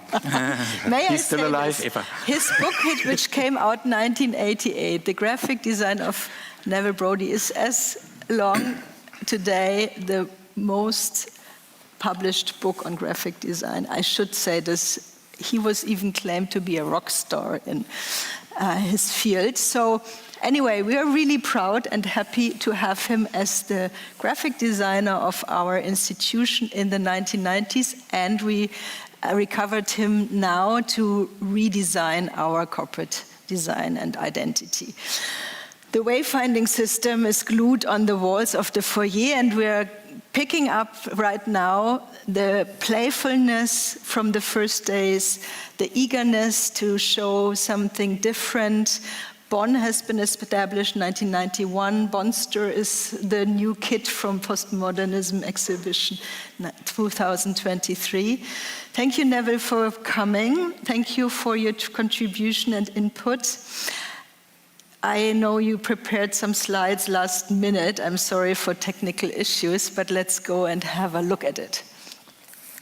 Well, I was just showing some work from the face. I mean, this is work now which is 40 years old, which is unbelievable. How old are you guys? I'm 40. You're 40? Yeah. So you were born when this came out? Yeah. And I wasn't born. I mean, I'm you 42. Weren't born. No. Well, this should be an interesting conversation. So the Face magazine, which at the time felt more like a fanzine for a very small group of people in the middle of Soho in London, who all used to go to the same pub together. And it was musicians, it was artists, it was architects, writers, actors. I mean, I've always denied being postmodern, but this grew out of a really postmodern situation. There were no boundaries, and the Face magazine really was about that, the fact that you could have reportage next to fashion, next to opinion, next to... So all of these things got really mashed, and in a way, the Face broke the mold of what a magazine could do. And because it was small and independent, it allowed us to really question the rules of what was happening. And we weren't thinking of what changes it was making. We were just experimenting because we could. It was the simultaneity which happened, right? Everything at once, everything clashed together, all kinds of discourses, issues, disciplines, politics with fashion, design with lifestyle, but also economical questions. When came this concept up of mixing all these messages? Well, I think it was the culture that we'd grown up with in urban Britain, where politics was very much part of youth activity and culture. So music made in the UK at that time was almost always with a political edge somehow. As punk was probably... Punk, and then ska with the Specials, and then the Clash that sat between those, and then Sue, and then David Bowie, who also went to the same art school as Susie Sue and the Banshees. So the music thing and the art thing were strongly connected. Johnny Rotten was at art school. And then you had Malcolm McLaren, who was obviously connected with Vivienne Westwood, who then created the Destroy T-shirts and Fuck Out, Let's Dance. Surrounding of Sex Pistols. Yes. Yeah, so there was a lot of little things going on. So this is just the culture we grew up with. It was not discipline specific. And you claimed you would be more a punk than a postmodernist. How came this together? I'm not a postmodernist. I never will be. I don't like postmodernism. Sorry, Eva, we've had this conversation quite often. A long time. Yes, I hate postmodernism. And we hated it then. But I think looking back, we didn't realize that in hating postmodernism, we were pure postmodernists. But I think in every country it's a bit slightly different. I think in Great Britain, since it was a huge depression at the time, and there was a lot of counterculture happening as well, I guess it was just a totally different approach, right? Yeah, it was very raw in the UK. And we had, unlike what can happen in a lot of other countries, at that time we had a really violent extreme right. We had the National Front. And then over here we had Marxists and New Socialists. I designed the cover for New Socialist magazine, which is here. So we were allowed to have these extremities, but in the middle it was raw.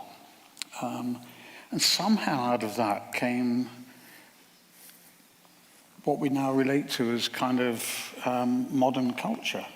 You know, so this cover here is what I call proto-digital. It was done probably in 82, 83. We had no idea the personal computer was coming.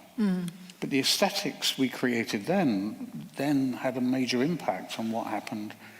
And everything changes by technology. As if you look through the exhibition, you see how important changes in technology were in terms of shifts in culture and shifts in thinking, the way we relate to each other. Gertrud Koch just mentioned that as well, for sure. But you also have a very, somebody, I think Eric Spiekermann said so, painterly approach to graphic design. It is like a canvas for you, but also like a freestyle media, like a jazz musician would mix styles and methods and rhythm and switch energy in the same piece. So how would you describe your own practice, maybe? As a musician, as a magician, as a performer. As a performer. Yeah. But I think, and you guys are the same, I think performance is such a big part of pure creativity. Unfortunately, we're in an era now, which I call the era of engineering, where all our social media spaces, all our web spaces, our digital spaces are highly hygienic. They're cleansed spaces, and we have these windows that we can perform in. You know, what curtains do we put up today? What dance are we going to do in front of the TV? And that's it. So it's a constrained space, but in print, in magazines, on record covers, in music, how you present the idea was fluid. Scale. You could have a scaled headline. You could use white space. But now those things are very rare. You guys did the catalogue and you had that freedom of journey and taking the reader on a cinematic adventure. And in a way, that's what we were doing with the culture. It was all cinematic adventure. So the fluidity then meant nothing was ever fixed. It was more poetic in a way. And we hated decoration. We hated postmodernist decoration. So it was all about the journey for the user, the journey for the reader, the journey for the viewer. Yeah, and that would show the face for sure. And it was experimental. You could do anything except this. This is my only postmodern piece. And it's actually for your own show. It's probably one of the pieces that I did that I really don't like much. But we have it in the show because we have it in the show. As you said, like it is a good pick to see what comes out when typography becomes fluid, when it all mixes and matches of forms and colors, but still come and stays within the boundaries of possibilities. It looks like a cartoon, though. It looks like a pastiche of postmodernism. And then this was for the cover for the V&A postmodernist exhibition. This is more Brody style. In 2011, you mean? By Glenn Adamson and Jane Pavitt? Jane Pavitt, yeah. So we did the magazine cover that went with that. So this was all about postmodernism collapsing and how it was a facade. And then we're here now with Pomo. And the font was a lot of fun because as we did the original Bonn typeface, which the Bundeskunsthalle has been using, it was so enjoyable actually to become a bit more postmodern about the way we thought about it and make it much more responsive and fluid and playful. And yeah, it's been great coming here and seeing it in real life. And that's the complete set. Die Postmoderne, and then we've just done a poster in Japan that's used it, so we've pushed it on again. And then I have a new book. It's not a cheap plug. And voila. Thank you. I have a question. Yeah. When you say you are not really a postmodernist yourself, and when you talk about sort of embellishments or not liking embellishments or decoration in itself, like that sounds like you're more of a modernist, actually, no? I am a pure modernist. You're a pure modernist? Yeah, I'm 100% a pure modernist. So does it get kind of frustrating for you to be actually sort of being like in this bracket of postmodernists? Like, what does it do to you? Well, but kind of, modernism is a broad church. In the middle of that church, which started with Dada in 1916, pretty much, and again, driven by technology. So you had the change in printing techniques, in mass distribution, in halftone printing, so you could actually put images into print. And then with the implosion of the First World War, you have this then explosion, this big bang, which then becomes Bauhaus and becomes constructivism. And then at the same time, you have cubism and vorticists and futurism. So two strands came out of that. One was the Mies van der Rohe strand of pure modernism. And then over here you have the strand which is more Andy Warhol and William Burroughs. So you have this experimental side, and Richard Hamilton, who was the biggest influence on my work. And these were all self-figured modernists, in a way, even though they were laying the ground for postmodernism. So I think we need to avoid isms.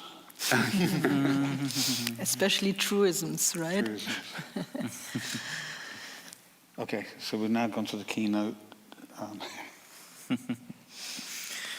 Sebastian and Johannes talking about isms. We are about the same age, Johannes and I.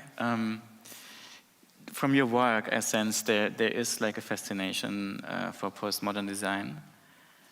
But there's also a regard to how the nature of the image has changed through digital circulation. You do a lot of screen design, you also do print design, but you also do like huge poster campaigns, like for Nike, for example. If Neville works with graphic design, like with the canvas, what would be your tool? Would it be the screen?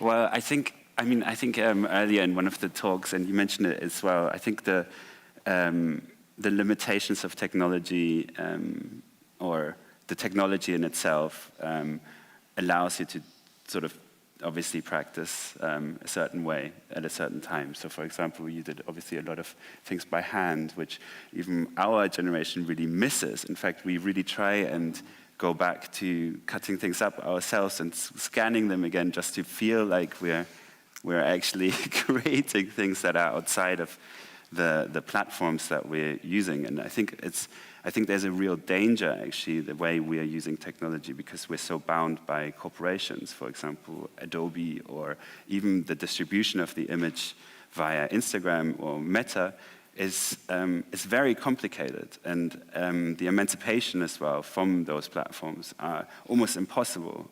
You cannot go back to Quark Express, for example, or other old softwares. You're almost in our industry, you're confined to using certain tools, and I think we always try and be quite conscious of that, and we always try and push those tools to a certain extent by even finding kind of hacks in how we use After Effects, or I don't know, using them kind of wrong, or even finding mistakes and being kind of happy with lucky mistakes, for example. Show us some images. Show us what you do. Oh, just to add to this as well, I think also like we are also like surrounded by visuals like on screens so much digitally, and I think you can also get tired of it. It's also like something flat. And what said Johan is also, we also try to bring back like how we can just get challenge the flatness of the digital screen as well, just bringing also a bit more texture, or like bring more new ways to use also this Canva as well. I like what you said, that we are maybe also as well performers. I was trying to think for myself, what does it mean, performers? And I think a performer cannot be present or valid without a public. And I think as a practice, or the Yukiko practice, or as designer, or visual designer, the same as your practice, that we try to make our practice, or like our visuals being seen as well, not to maybe blend it, but that people can notice it as well, and just be, that they can question themselves when they see a visual, and not like be more passive, just have being more seen by the public, which I think, the catalogue I find interesting. Because I really think right now we need to be embracing things that should break. And because it's at the point where something breaks that something new happens. It's what we were talking about a little earlier, Kolja. So it's always finding that edge. Where does something not work? So then what could come from that? What could be new from that? So it's a fluidity over time and process as well. It should always be moving ahead. It shouldn't be like, okay, I found my rhythm now. I'm just going to stay in this groove. It's the English band Wire, and their first single, 12XU. Their first album, every song was less than 2 minutes long, because they said, well, why would we make it longer? Why would we repeat what we've done? So there was that spirit as well, which is sort of a postmodern spirit, actually, which is, you've done something, okay, what's next? So the end of history, in a way, as you were talking about. Let's have a look.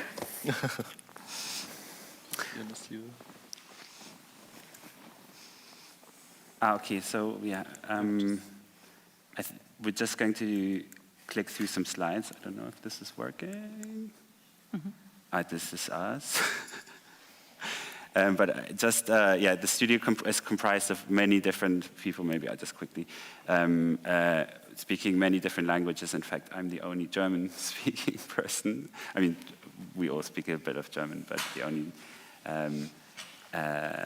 German in the studio as such. So we have predominantly, it's also girls at the studio. This is not all of us, but it's a wide mix of mainly people under 40, I would say.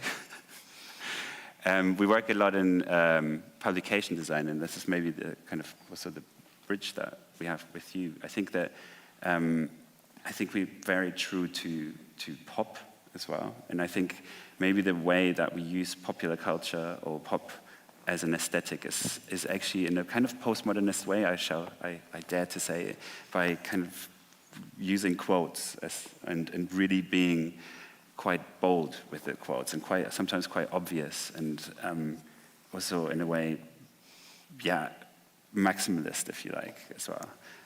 So there's also things that you can see is that there's no real studio style, because and in the same spirit as what you just said about The Wire, it's also about really always trying new things out and sort of like letting go of your darlings, you know, and just and being quite collaborative in a way in the studio, I would say. There's some campaign work, but I'm just going to skip forward to the catalog. Sorry, or just quickly. Flaneur is a magazine that we are doing, which is a nomadic magazine. We always base the magazine around one street per issue in the world. So far, it's been streets in Taipei, in Sao Paulo, Moscow, Berlin, of course. Where else did we go? I can't remember. Montreal. Montreal. But I mean, the way we use the design, I mean, yeah, I mean, the same as, I mean, you kind of lay the first steps. I mean, from what I remember also from my classes in school, you know, you were in the being taught, and I think we also try to experiment as well each time, just also like keep doing, like using a new Canva every time we start a new project. Also, we also like, once we've done something, we also want to try to break other boundaries, like also how much readability or how far we can get with readability, with typefaces, or with with words or with letters. And I think sometimes it's successful, sometimes it's not, but I think it's also how you learn it, how you see people react to it, because I think us as visual creators, I mean, it's also different because you embrace it the whole time, and it's important to see how people react, and sometimes it doesn't work, or sometimes it's harder, but then it's also how you can keep challenging yourself as a... Most of these typefaces are also all done by hand. This is an issue about a street that is actually the Boulevard Périphérique around Paris. It's the motorway. So we really try and embrace almost the kind of ugliness of the street in itself. And I think this embracing of ugliness and the kind of experimentation that leads from it is something that's also almost, in a way, modernist, actually. Sort of the idea that there is no, the beauty in itself lies really on the eyes of the beholder. It's kind of more playground for us anyway. And these are some of the typefaces that we created. Okay, I'll just skip through this. Sorry, it's a lot of a lot of slides. So you know we did the old logo for this. Sorry, we did the previous branding for. Did you? Oh yeah. Oh, you did Haus der Kulturen der Welt also. The one before the previous, I think. Yeah. From the late 80s, and then exactly. A lot of coincidences. That's quite funny. I mean, the idea, maybe then I will just quickly tell you about this, is the fact that there was a change of directorship.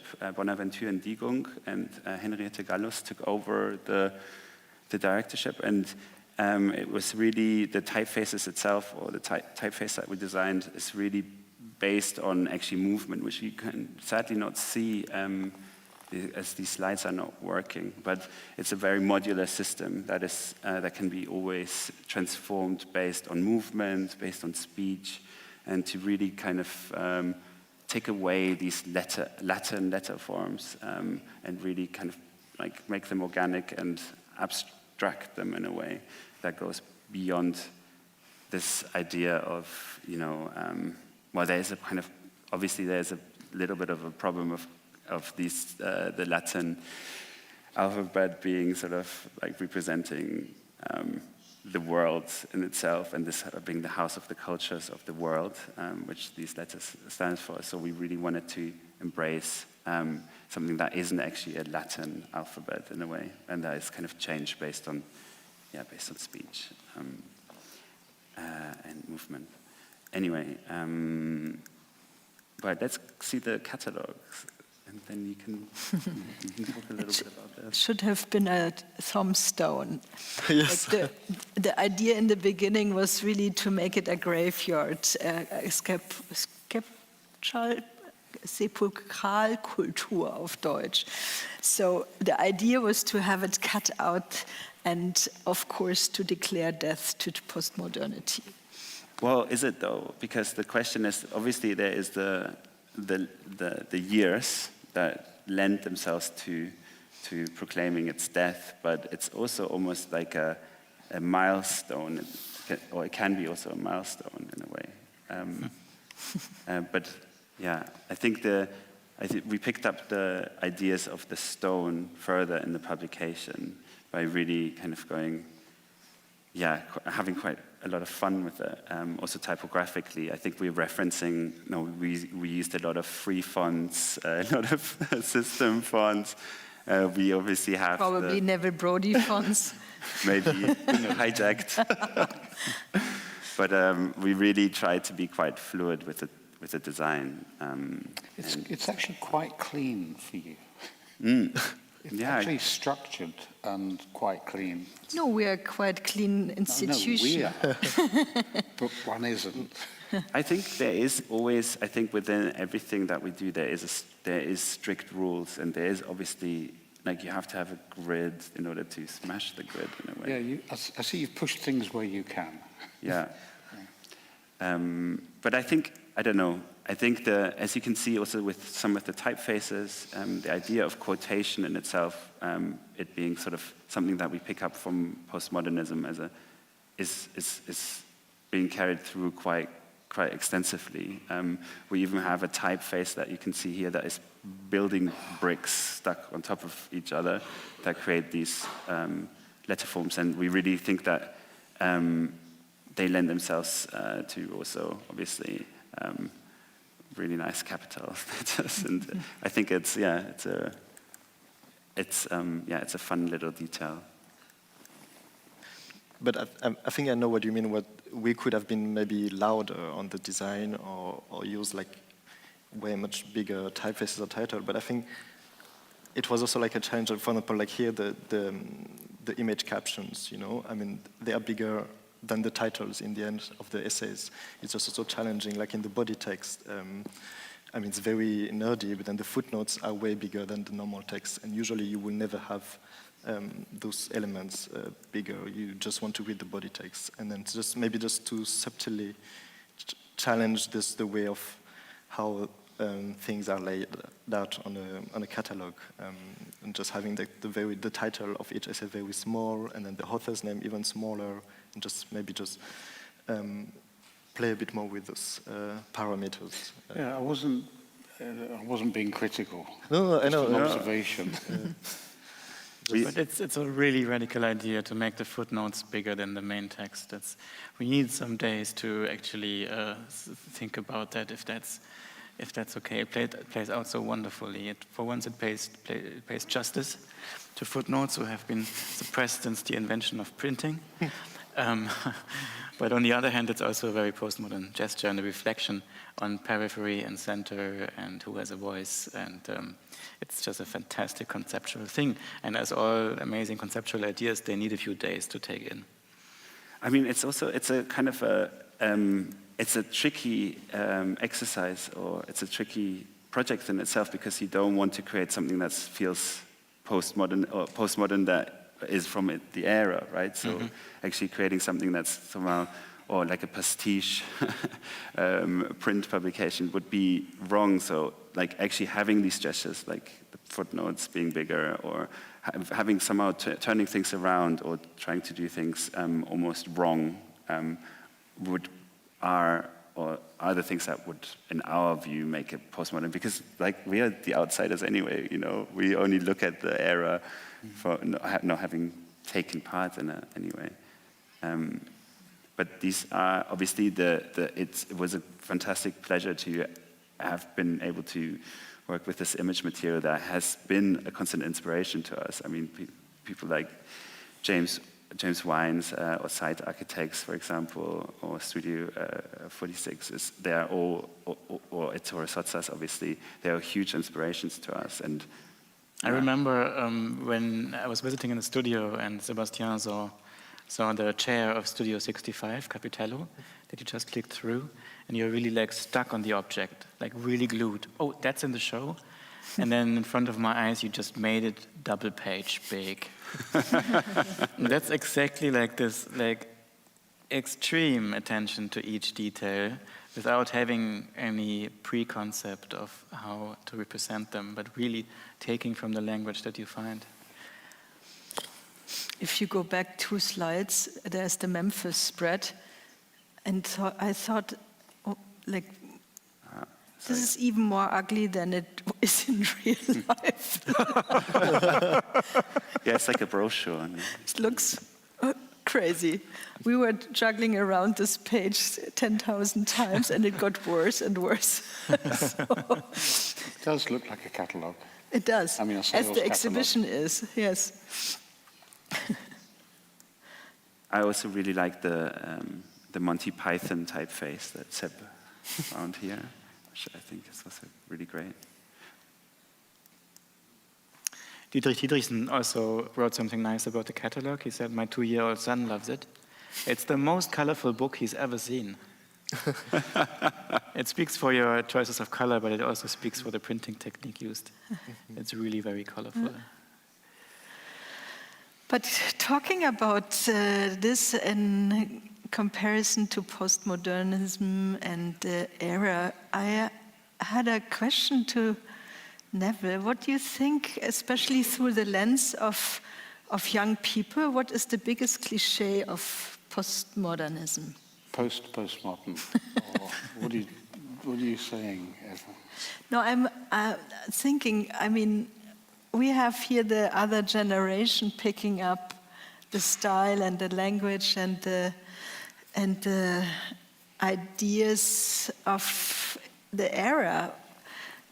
And we are always, I think we're in this double bind, because there's this contradiction in postmodernism, there's this pros and cons, good and bad taste, there's like lots of these clashes. I think there's sort of 3 things, isn't there? I mean, with postmodernism, if you look at everything, there's intention. You know, what are you going in with? Is it a political positioning? Is it a relationship to culture that you want to change? Is it an impact you want to have on the audience? So what is your intention going in? And then how do you manifest that? Becomes then, if you lead by intention, then you can create something new. But the thing that always happens at the end is a stylization. And it's a stylization that freezes it in time and stops it being effective as an action. And that's what happened with postmodernism, and that's what's happening with post-postmodernism. That cliches start to come in, it starts to be a self-feeding language, it becomes easy to reference for advertising agencies and cheap product makers, and then it sort of becomes a mass taste. And it becomes a surface again with no content. This is the cycle that happens. You have an explosion of intent that says that old stuff doesn't mean the same anymore. We want to do something different. There's new issues we need to reflect. How do we manifest that? That's often with new technologies and new capabilities. And then after a while, it moves from being a shock to the system to a stylized statement that then neutralizes the shock. And that's the cycle that keeps happening, and it seems to get faster and faster. And in the end, the Face magazine was a failure because we were changing every month, we were changing everything. And then after 4 or 5 years, people were expecting us to change every month. And if we did 2 issues that were similar, we got really criticized. And then people started copying the style of it and putting ads in the Face that looked like the Face. And then I knew it was over, we'd failed. Okay. How would you respond to that it's only a surface which is picked up again and again to underline itself? I mean, yeah, I think, I'm not sure. I think, you know, I think in the way, I mean, I see or I understand the postmodernist era, and it's especially in England, where you were practicing a lot.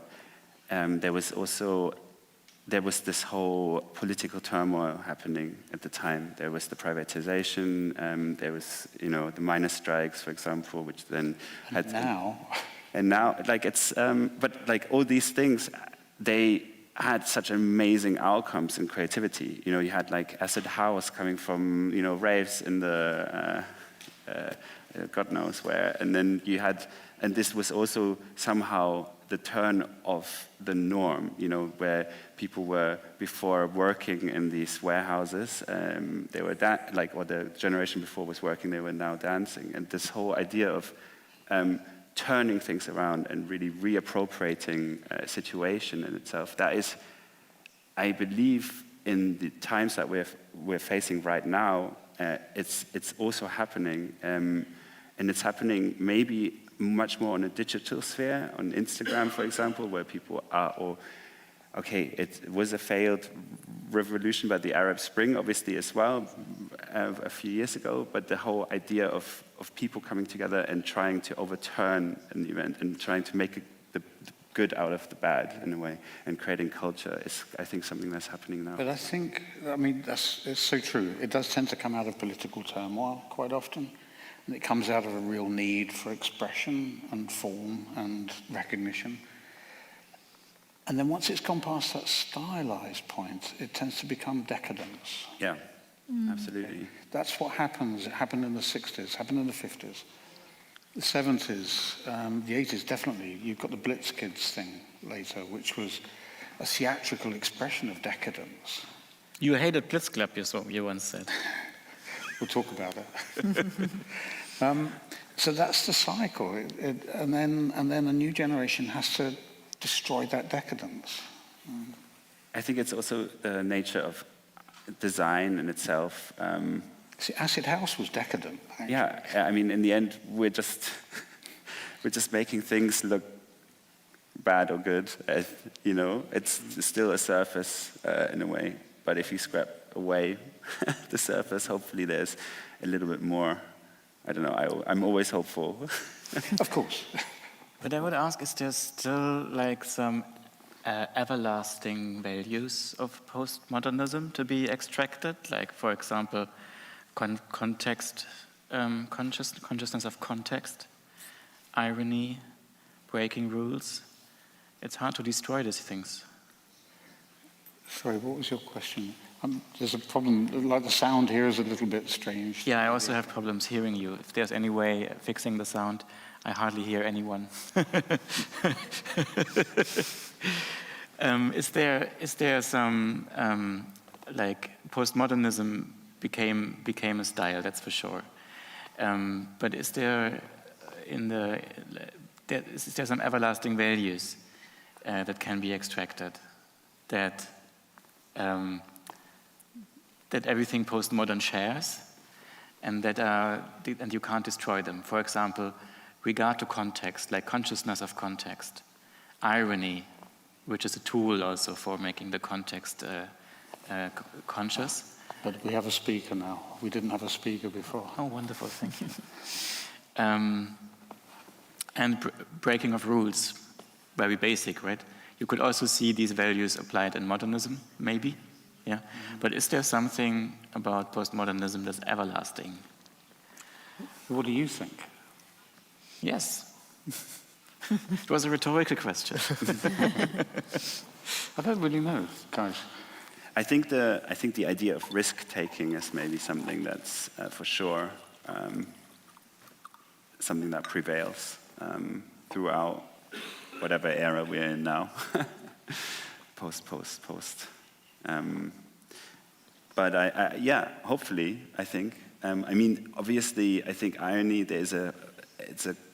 I think it's a tool that also gets old quite quickly. I think that it's something that you can put out of the bag and then use it sometimes. But I think it's also, I don't know. I think right now, I think we need a lot of in the day and age where we're not very sure whether it's real news or fake news, or where we're constantly bombarded with images that we don't know whether they're AI generated even, or if they actually exist. I think we're in such a dangerous position right now where I think even having irony and looking at it sort of things that in a humorous way are wonderful and have their own space, but I think we have to be very careful with that as well and how things are perceived. I think that's also this kind of sender and receiver idea. Like, what are we getting actually in terms of media? And how do we withstand standardization that comes with these automatic tools like AI, exactly, or with the standardized working environments that you talked about before? Yeah. But this talk is also meant to be about the history of Bundeskunsthalle, which Neville Brody has witnessed from the beginning and shaped. So I wondered if it would be possible to also get another person into the room who can't be there today because, unfortunately, he's ill. Markus Peichl. Neville, could you explain? I'm going to ask Eva to translate, because by the time your voice gets we here... would like to get in our dear friend and guest, Markus Peichl, who is unfortunately not with us today due to COVID, but... Double COVID. Double COVID, poor him. Greetings. How did you get into Bundeskunsthalle in the beginning? How did you get to Bundeskunsthalle? Oh, how did I get to Bundeskunsthalle? Anecdotes. Funny thing is, we used to fly in from London, but there is a story here because we. But 32 years ago, we used to come in with into Cologne airport with kind of plans and roles, and Germany was quite different then. 1991. Yeah, 1991, and we were working with an architect on our side, Joe Hagan, who is Ghanaian, and used to run a lot of clubs in London, was a close friend of the studio, and we would always get pulled into a side room. To what, sorry? Into a side room for security when we landed in Germany. And they would unroll the rolls, and they said, "These look like plans. What is this?" Espionage. And they would interrogate us, thinking we were industrial spies or up to something, because we were young kids and Joe was black from Ghana, and it's changed a bit. For sure. But I got involved with Bundeskunsthalle because Markus Peichl, who had been editor of Wiener magazine in Austria, was then editing Tempo magazine in Germany. And I was, because the Face and Tempo and Actuel in Paris, and then maybe Wet magazine, there was a kind of connection between all the magazines, because there was a joint narrative. And Markus asked me to come and art direct one issue, which I haven't seen for a long time, and it's in the show, which is a nice homage to Markus. Markus then introduced us to his dad. How was that? Difficult. Because Herr Professor Gustav Peichl was very much an Austrian architect who was really clear about what he wanted, and quite not authoritarian, but very strong, as you know. And he built this what feels like a castle, actually. It's a castle of postmodernism. And he brought us in to do all the communication language and the signage, and the font was inspired by the building itself. It was based on squares, on curves, on circular forms, so it was a very geometrically based story. And as you can see when you're in here, the proportions are huge. And we're all very small in the space. We can't even hear each other on the other end. No, it's better now. But it's a monumental space. All the space is all about the building. And we're kind of, puny humans in here. Postmodernism is also about scale, and I would also say a bit about megalomania, right? And also... But that's architecture. Machoism, architecture as machos, yes, for sure. But we're very glad that things got intertwined and connected at that point, and we had the chance to meet again. I have organized a show of Neville's in the Peichl Museum Corporation of AIGA in New York, and witnessed his work at that time. So somehow things are always coming together, and I guess we are also getting to work again together. This was fantastic come out, I have to say. I'm very glad about this possibility, as well as it was fantastic to have Bonn as a 3.0 format. It's interesting, because I think what we've done has emanated from the building and the architecture. I think what you guys have done completely destroys all of that. It is so unfamiliar in relation to any part of the building and the environment, and I think that's great. I think it's such a fresh thought and a breath of fresh air to come and say, well, it doesn't have to be all of this. We can make other performances. Yeah, I mean, but it's also, I think that's the nature of the catalogue, is also that it's not just a catalogue, right? That represents the museum. I mean, obviously it has all the artifacts of the museum show, but I think it also it has value as a standalone publication. But this will outlive the show.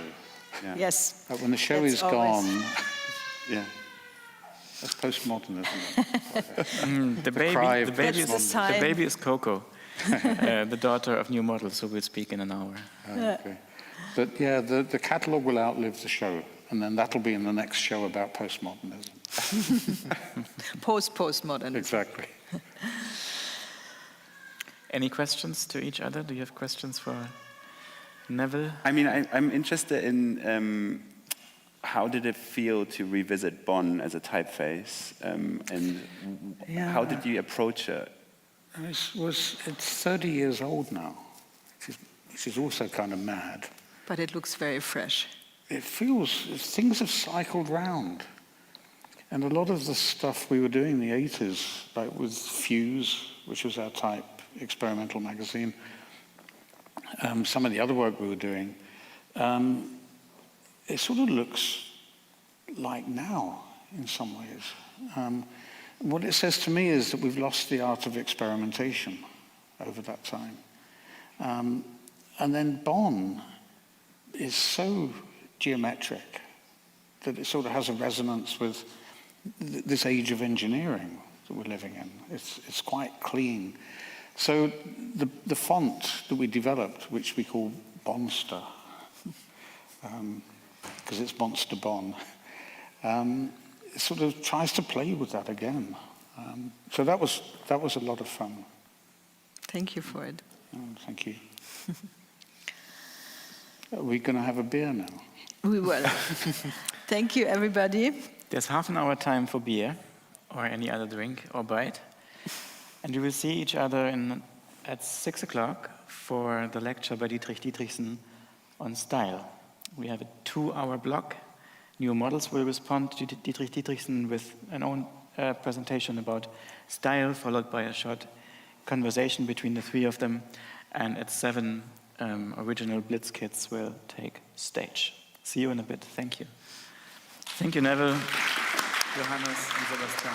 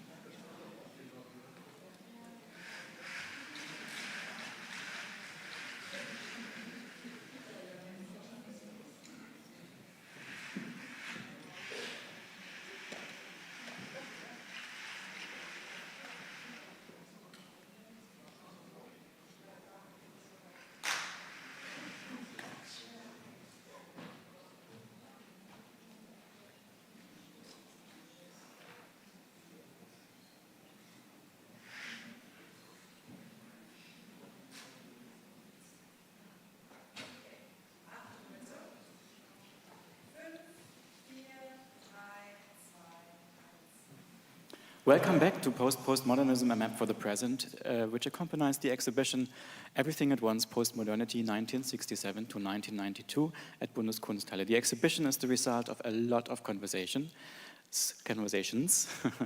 with people who know more about specific fields than we do. For example, we were lucky to share a lot of conversations with Diederichsen, cultural theorist, professor at the Academy of Arts in Vienna.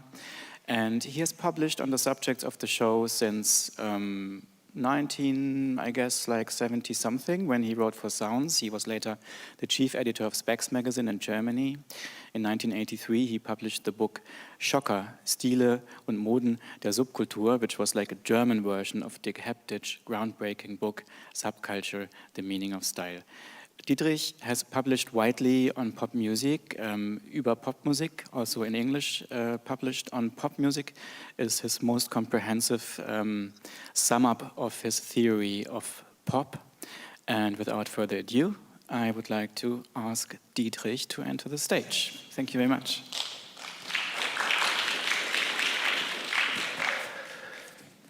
Yeah, thank you, Kolja. Yeah, in honor of Dick Heptich's book, this talk is called The Meaning of Style. The book that you're referring to was basically not a book of mine. It was a book that someone in Germany had bought the rights to Dick Heptich's book, The Meaning of Style. And they thought they could not really sell this. So they asked two more authors to contribute, and I was one of them. That style has a meaning beyond itself, even can be seen as a form of resistance, be it through its readability, its meaning, or its intentional non-readability, its avoiding meaning. This idea has a very specific history, a cultural as well as an academic history. Music journalists, rather than fashion experts, started to read, decipher fashion ideas by bands or musicians and cover designers since the 1950s. Fashion needed to be read and or translated, interpreted, because it existed in a world outside the fashion world, which had its traditional ways of dealing with looks and innovations. Music journalists needed to read sound effects and dress inventions in one interpretive or evaluative act, together with performance elements and many other layers. And they often placed their results in sociological perspectives, in kind of self-made sociological perspectives, theories of movements, subcultures, and countercultures. In the academic world, it was the tradition of British cultural studies, the Birmingham School, which dedicated volumes and dissertations on phenomena of youth cultural fashion and style as resistance, and produced, among others, a book like Subculture, The Meaning of Style by Dick Heptich. I'm taking this book, which was published in 1979, as a starting point, insofar as it literally proposes a meaning to style, stresses its importance, and it seems that it says subculture, the social entity, is the meaning. Style is the signifier, and subculture is the signified. It is not the place and time here to examine how exactly this works in depth, whether this is a symptom, the style is a symptom of the social reality, an index, or a product. So I will concentrate on a series of historical instances, perspectives, that could reconstruct how these two components could form a relation under different periods. And of course, in honor of this show, why and when this relation became something that could be qualified as postmodern. In the beginning, whenever this was, there was a modernist gendered situation, let's say in the 1950s. The male style was supposed to be unmarked, default clothes, the man in the gray flannel suit. Women's styles were marked, designed. They were all about to be marked and to be read. Although meaning would rarely develop from a transgression and carry social novelties, but rather from meeting an idea, fulfilling an expectation. But that was to be reached individually. A woman was supposed to follow the rules, but she could develop her own style of how to do that. Basically, how to sell an individualism as rule supporting and rule support, as if it was totally personal, freely chosen. Men's styles only had one way to qualify themselves or distinguish them. They had to be precious, expensive, technically good, well-made dresses, high quality, expensive fabric. But no discussion of individuality, only of wealth and power. The quality aspect, by the way, counts for both genders and is, of course, class-related. And there were, of course, also things like dresses for certain occasions, stage dresses and so on. There was already queer usages of style. But in none of these, meaning was transgressive. The meaning was occasion, stage, or queer. There was only one way to develop a social, non-tautological meaning in style under these circumstances, and that was dressing down. Dressing down, dressing poorly, dressing as if one was poor. Now, Bohemians had always done this, but only in small numbers. In the 1960s, an entire generation was dressing down. Jeans, parkas, t-shirts, and dirty. This was the first style where the meaning was subculture. The problem was that dressing down would only become meaningful when it was also codified. So it was not free. You could not just let yourself go, get dirty and dirtier, and let your dresses decompose. Dressing down was also codified. You had to wear a Lee jeans, not the cheap jingless jeans. It was sometimes quite expensive to dress poorly. And it was arbitrary, but mandatory, which item was the one that could signify what there was to signify for sub- and countercultures under certain local and historical circumstances. That was not always the same. It was just the way the signification was presented that was the constant of this model. There were no stars or ad campaigns deciding. At best, those were following. The decision had always to look as if it had not been made by human taste preferences, but by some kind of higher order, a Weltgeist, a historical mission. No wonder that Andy Warhol's uniform, blue jeans and white shirts, were a perfect example of that kind of dress code. Some decision that was not based on choice, but seemed to come from above and or beyond. The goal and subcultural social function of dressing down was to negate both sides of the state of things. The patriarchal and state-like side of capitalism, as represented by the unmarked dress codes of the man in the proverbial grey flannel suit, and as well the consumer capitalism with its increasing number of choices between commodities and dress codes as represented by female and queer and fantasy fashion usage. You could negate both by negating the quality and priciness and orderliness of the male suit and the abundance of choices, ideology of creativity and self-realization associated with the establishment's female side.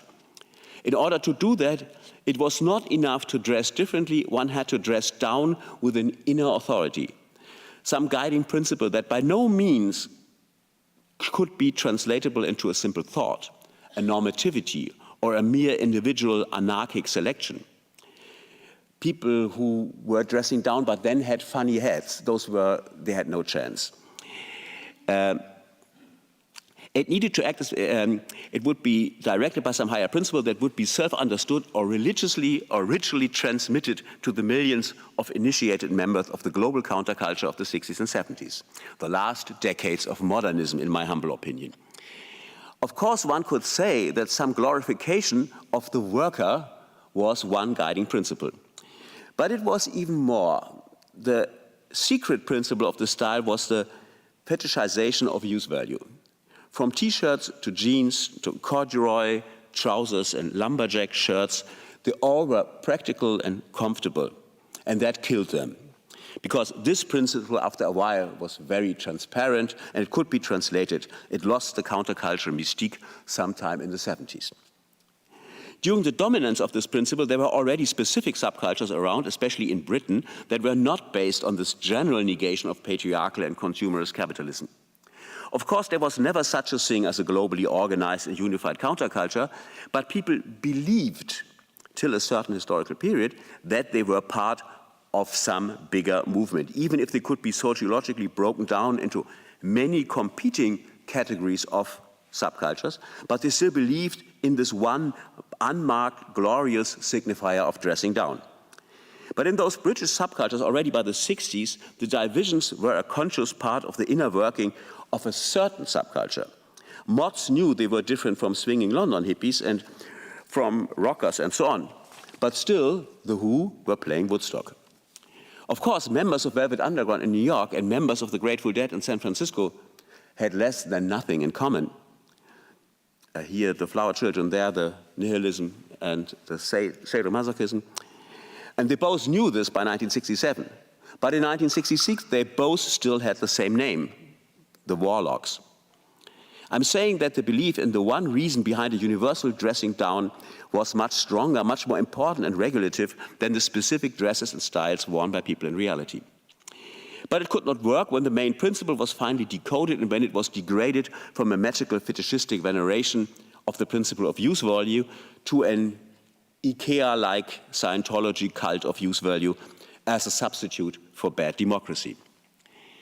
Punk was the last desperate modernist attempt to save the old order by exaggerating the down-dressing and the dirtiness, but it was already contaminated by creativity and the likes of Vivienne Westwood and other people who preferred creativity over quasi-religious principles of dirtiness and radical down-dressing. The postmodern moment would now be this. After punk, but also even earlier in glam rock, the notion arises that it is possible to signify by style not a general negation, not a too broad, tendentially lame refusal of exchange value and consumer culture, but of specific attitudes and ideas in the cultural world. For instance, Bowie's affirmation of queerness in the Top of the Pops show 1972, and that even before this postmodern moment. It should become possible to signify a specific tribe's consciousness. But the means of the stylistic signification would and should technically work just as powerfully as they did with the older counterculture, not as individual decisions, but as mysteriously, collectively assembled move. So the multiplied, diversified, different countercultures of around 1980 acted all as if they were, all of them, the next big thing, although they were all some next big thing. So those were the words at that time, the next big thing, that the terminology of the search for a meaning of style. This was the advertisement they were looking for, the next big thing. So different things were competing to be the next big thing. Early hip-hop, neo-mods, neo-romantics, so-called positive punk, young soul rebels, you name it. But they were all still believing, and with some good reasons, that their specific culture could only work if it would not be seen as a taste decision, as an offer for consumption, as a possible choice, but as the one and only truth. For short periods along the logic of quickly changing next big things, this could work, but not in the long run. You would enter the logic of a football fan. They also believe that their team is an eternal truth, a metaphysical entity beyond experience and logic, and that this is the precondition of the mythic logic of never walking alone. But they also know that every major league has 18 or 16 or 20 of these eternal truths. And the major leagues are just the tip of the iceberg.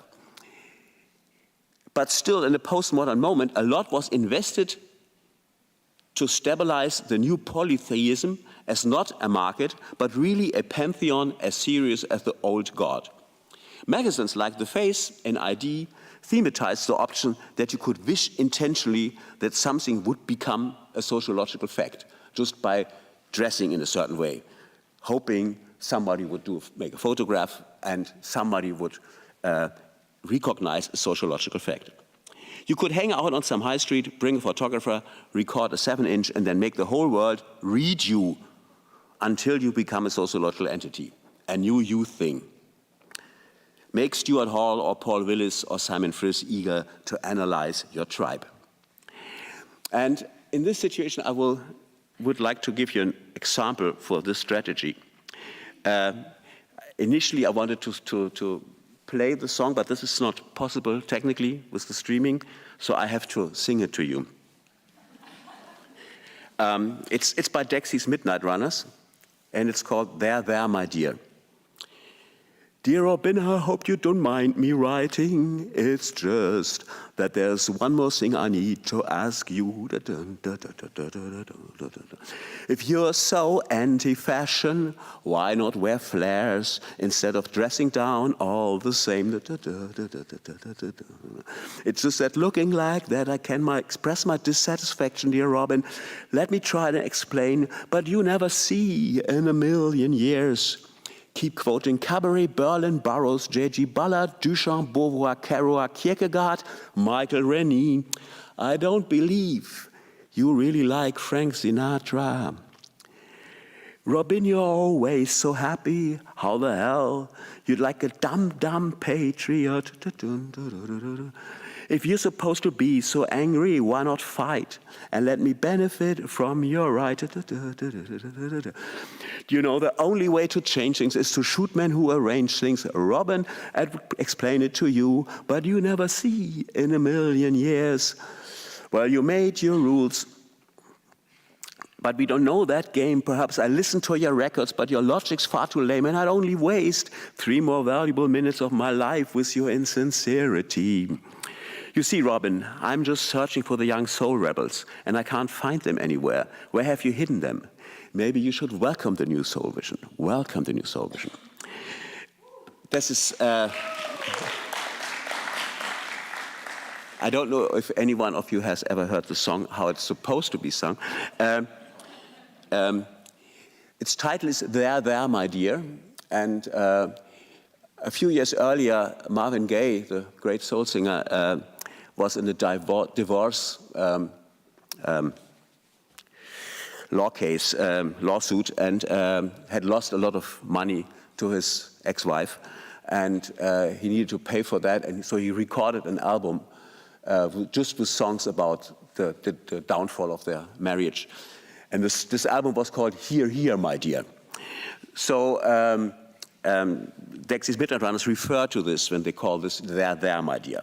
And then there is this guy, this older friend, Robin, who's obviously a representative of the old subculture, the old unified counterculture.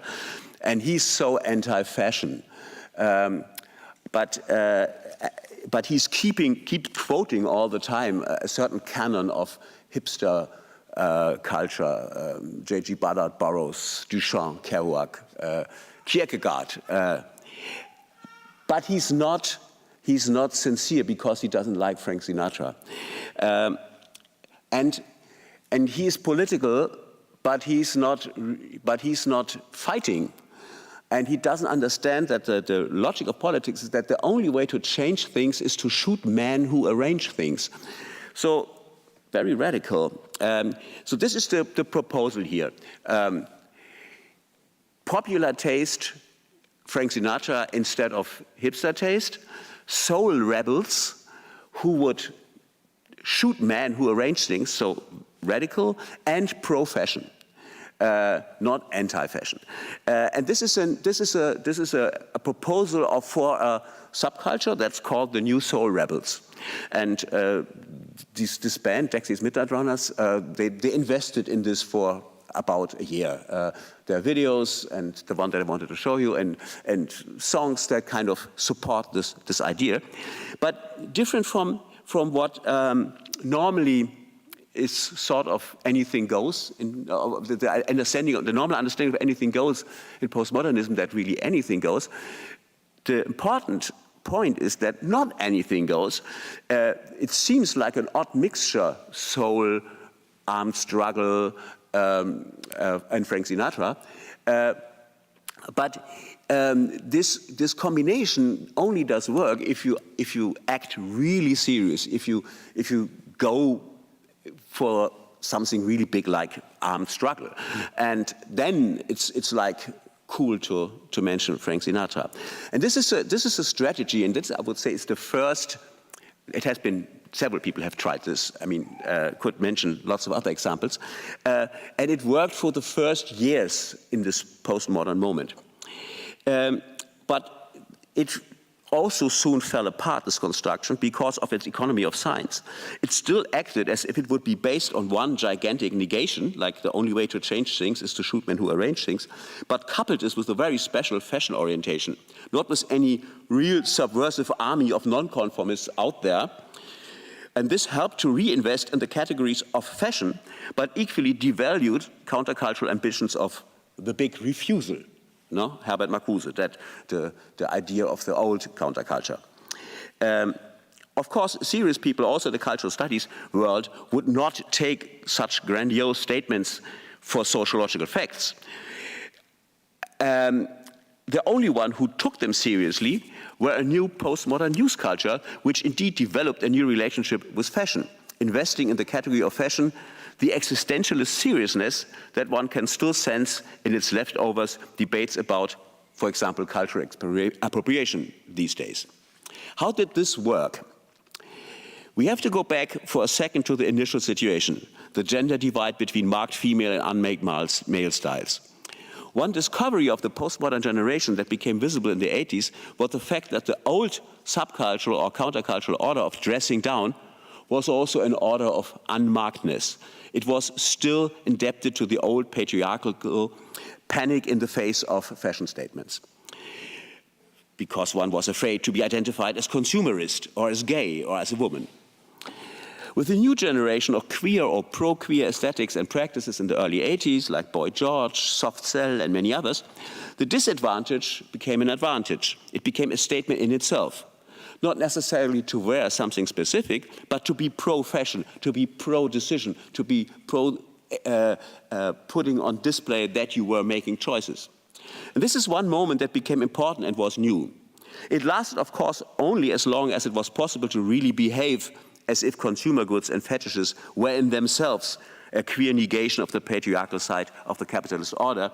It began to wear out during the 90s and disappeared in the zeros, its final stage maybe being TV shows like Sex and the City, in which female hetero fashion victims had to act like drag queens in order to be credible. The other option that was possible after the first postmodern attempts fell apart was the quote as a sort of artificiality. There has been a lot of talk about the quote already. A quote as a source of artificiality and markedness and constructedness. You no longer presented yourself as the result of your sovereign and free or adequate and conformist decision, but as the less sovereign product of influences that you would carry around with you in the form of quotes, as to demonstrate that you are not in charge of yourself, that your subjectivity is an arena of cultural battles, that you are socially constructed and proud of it. This was the other option. Its problem, finally, was the source of the quotes. The fact that quoting in terms of taking something from somewhere also always means that the somewhere where you're taking it from, it has meant something and there were investments in it. In order to be able to convincingly argue, I'm just a bunch of quotes, I'm made from either things that have shaped me without my knowledge, or I'm made from things that I love. In order to say one or the other, the quote cannot develop a life of their own, which they have, and especially the strong ones, the ones that you desire to use. So one result of the quotation-based idea of pop music and its styles was that pop music of the postmodern variety, in which especially like white British people quoted black artists with a different attitude and a different intention than black pop music of the time, early hip hop, for example, quoted black music, sometimes the same sources. The gesture, look, this is my history, is very different from the gesture, I can own everything by quoting it, be it my history or someone else's. When this becomes obvious, the quote is no longer just a quote referring to just something, but it becomes a statement again, a proposition for which someone, you, can be held responsible. And then postmodernism is over. Thank you.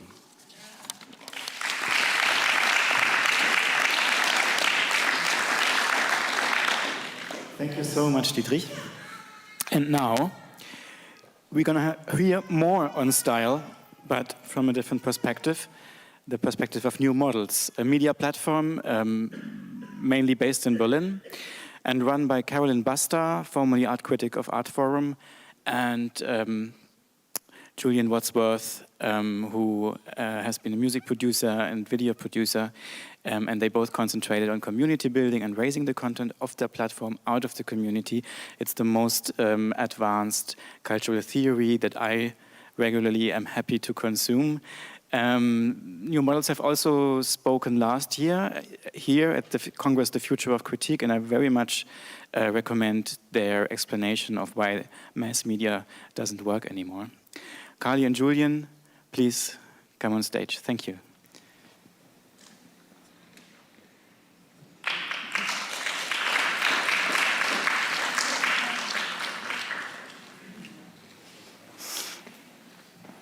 Sorry, Carly shrank. Oh, okay. Okay, I think we should maybe give Hugo to Maria. Yes. So, hold on. Do we have that?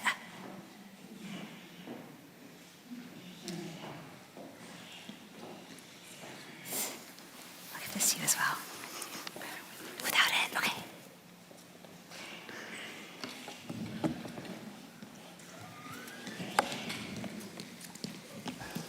Okay. Slides? Okay, all right. Well, thank you, Bundeskunsthalle Bonn, for having us. Thank you, Kolja, for the invitation. And thank you, Diedrich, for that incredibly useful framing of the changing correlation of style and subculture from modernism to postmodernism and into the present. I'm Caroline Busta. I'm Little Internet of the media node and community that is New Models. And that was our daughter, Coco, who may still be joining us from the sidelines. In any case, we want to take a few minutes to first digest what Diedrich just presented, and then to carry it forward into an exploration of how it might apply to the public arena that largely exists online today in 2023. Diedrich, you begin with Dick Hebdich's canonical 1979 thesis on style, wherein style directly signifies one's cultural or subcultural belonging in this one-to-one way. Style is a signifier, as Hebdich says, and you recapitulate. Subculture is a signified. This would be a modernist relationship. There's no abstraction. The sign tells the truth. The dollar represents X amount of gold. Subcultural style is interesting in this regard, given that, to cite Hebdich referencing Jean Genet in the intro, subcultural style begins with a crime against the natural order. It's the act of flexing a signifier, dressing down, or if a man, dressing femme, that refuses to represent one's class and gender in the expected true way. In this formulation, the signifier continues to tell the truth, but the truth that it's telling is now a politicized one. A person of X class and gender is directly, honestly refusing the natural order and who that order expects them to be. Or, Diedrich, as you say it, the goal here with subcultural style was to negate both the patriarchal, state-like side of capitalism and the aspirational, big quotes, consumer side. But you underscore an important qualification. One couldn't simply assume a subcultural style, one had to embody this position. For the style to hold value, the signifier had to be a truthful reflection of one's belief. So this is still a modernist framework, right? So a subcultural style relation is still a one-to-one reflection of the true embodiment of this person's belief system. Of course, style is entropic, losing velocity and power the more often it's deployed. At the same time, the natural order that gave rise to post-war subcultural style was also coming undone. Oh, did I? Oh, what did I? Oh, to assume subcultural style without that embodied political position was, of course, to be a poser. And within that cultural logic, being a poser was pretty much the worst thing you could be, as it was to tell a lie that threatened the entire semiotic economy, undermining the strength of the subcultural signal foremost. Of course, style is entropic, losing velocity and power the more often it's deployed. At the same time, the natural order that gave rise to post-war subcultural style was also coming undone. The end of the Bretton Woods Agreement in 1971, famously, there's Nixon with RoboCop, unlinking the dollar from the gold standard, the deindustrialization of the northwestern hemisphere, shifting the masses from an economy built on making physical goods to one built on services, experiences, speculative finance, and pop culture. And of course, the neoliberalization of Western economies, making the creatively talented, socially oriented, expressive individual skilled at performing their identity the new ideal subject. Diedrich, you show in your text how the formation of that subcultural energy shifted around this time, from individual to collective expressions. Collective expressions that drew from a, quote, quote, as you say, pantheon of cultural signifiers, rather than just dressing down, to mix the codes and refuse recuperation of the new neoliberal hegemony, which forces you to express and be creative as an individual. To swiftly shift the collective style and thereby remain inscrutable to the masses, this, I believe you argue, marks the postmodern shift in subcultural style. Still, the style is telling the truth, sort of, the truth of a subculture that wants to authentically express itself in a time when authentic expression is exactly what the hegemonic order wants. But to do so adds an extra step between signifier and signified. In your essay, you go on to show this strategy was also ultimately recuperated. There's nothing on this slide.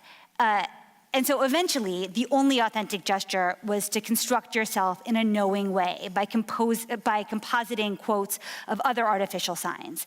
To paraphrase, the goal was to convincingly argue, I am just a bunch of quotes. There's no real authentic me other than this collection of quotes, those things that have shaped me.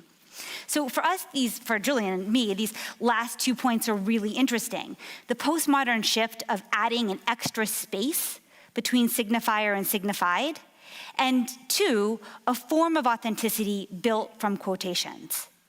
We think both of these are useful about thinking about how this, again, for lack of a better word, subcultural energy formulates itself in a time of platform hegemony. We also want to propose a shift in the formation of the individual subject, one that maybe has its roots in the Blitz kids and the turn you mention, where the demand for individual expression is countered by the embrace of the collective, a kind of cultural swarm logic that evades easy legibility.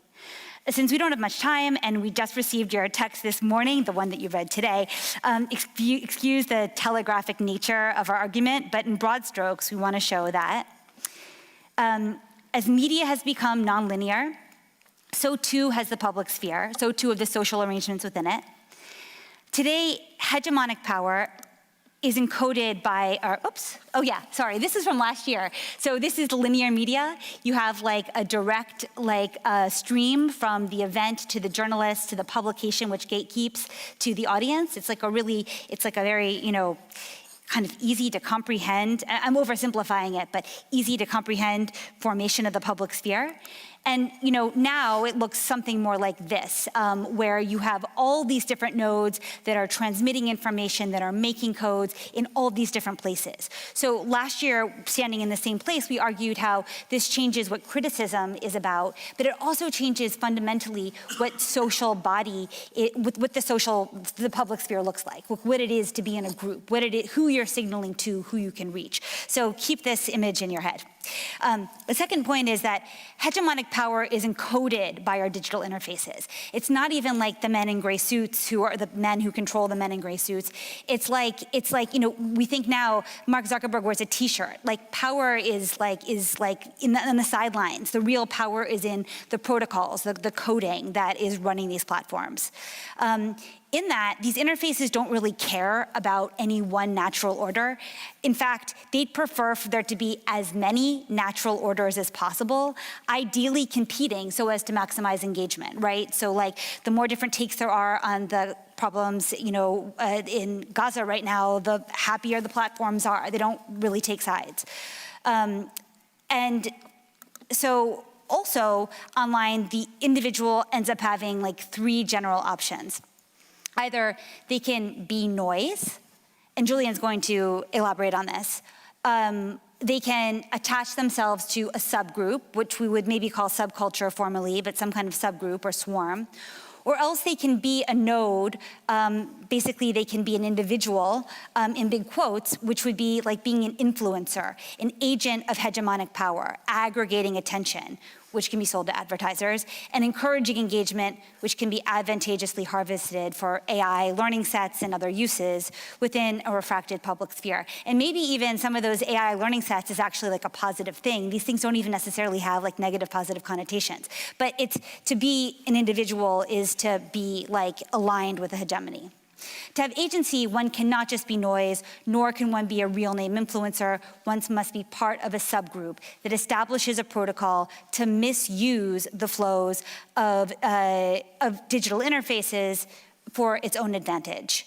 But so what does this mean for style and subcultural style? How does style function within this digital framework? And one note here, we're really speaking about style within the digital sphere, which we're taking as a primary arena for mass cultural evolution.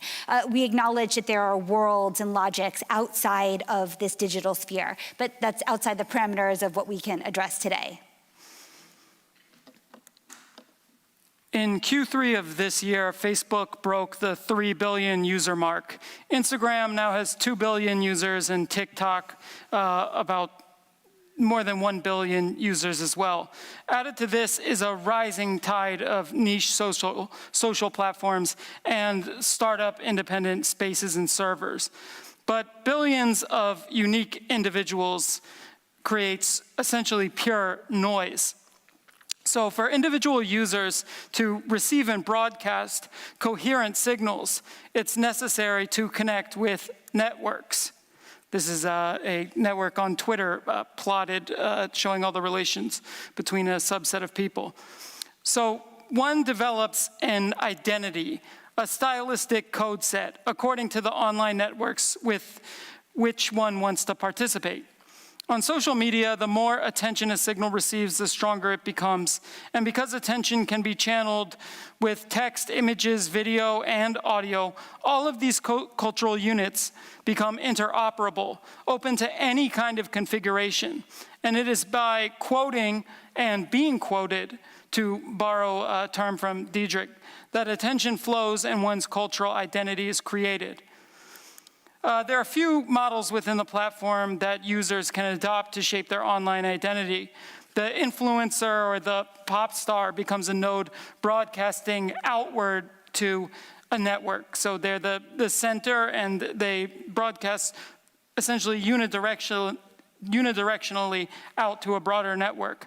However, the influencer loses their individuality, becoming instead an avatar for both capital and the desires of their audience. Whatever the audience prefers, the influencer will keep doing because it's good for engagement and attention. So this influencer model could be considered the mainstream form of social media identity building, fully in line with the commercial and marketing purpose of the platform. And the influencer model can be replicated at all scales, from the mega influencer to the micro influencer. It doesn't matter if you have just 10 followers, you can still play that influencer role, adopt that broadcasting outward influencer model. Another model is to assemble and create a metaphorical janitor's key ring of quotes and content that unlock various networks of shared affinities. This leads to a combination of weak and strong belonging to a variety of networks, some which may be youth cultures, fandoms, hobby groups, or communities like our own New Models, which has members with diverse professional and cultural affiliations, but who all share an interest in critiquing and understanding emergent media phenomena. Finally, there's a model that is a dark twin of the influencer, in that both essentially evacuate the private personhood of the individual. This is the model of the swarm. Swarms can gather around individuals or emerge from particular platforms, but members of swarms choose an anonymous rather than individual identity, freeing them from the restrictions and responsibilities of selfhood altogether. By synchronizing an affect and aesthetic across a multitude of users, swarms capture outsized attention through their ability to communicate and quote en masse. Two notable swarms today include that of Milady, whose members adopt NFT avatars of anime girls to sow chaos and exert monetizable influence within the cryptocurrency networks of Twitter, and Angelicism, which developed around the writer and filmmaker Angelicism01, whose alternation between online trolling and critical theory-laden meditations on extinction attracted an intelligent but aggressive swarm of so-called Angelicism clones. Particularly interesting is the fact both of these online swarms devirtualize at events offline, at Milady raves and Angelicism film screenings, respectively. Their subversion of the marketable individual role that social media platforms were designed for, and the fact that they indeed manifest themselves in offline communities, makes the swarm the closest model to what would be a sub or counterculture in the past. Their politics, however, particular politics, exceeds the scope of our talk right now. If we think of the postmodern individual being in a world where signifier and signified are untethered and free to be reconfigured, social media could be considered the peak postmodern medium, a medium in which all other mediums are simulated for the benefit of individual expression. But as the platform age has worn on and the number of individuals online has proliferated, signifiers have become increasingly unstable. And this is just like a screenshot from AliExpress. And the text, sorry, I don't have a German translation, but I mean, you don't need one. I mean, this has probably been auto-translated from, you know, Mandarin or from just various think of 30 other random words, that's what it says. I think my favorite is, great gift ideas. Pullover jacket goes well with all your jeans, leggings. It's a great gift ideas to give them out on the casual of some military style. So thank you for your hard work, translators. Yeah. So you can see that like language is becoming a bit unhinged here, sign and signifiers. It's just a bunch of keywords that are thrown together that will like hopefully attract as many users as possible. Probably not the best example, as this one only has one review, but you could find endless examples like this. So words themselves no longer seem to operate on a one-to-one relationship with their meaning, just like images don't. To say a certain word, to wear a certain garment, to style your post or DM with certain configurations of shorthands and emojis, like do you write just the letter U? Do you spell out Y-O-U? Do you find the emoji? You know, all these different forms matter. There's a kind of style. Can mean dramatically different things to different groups of people.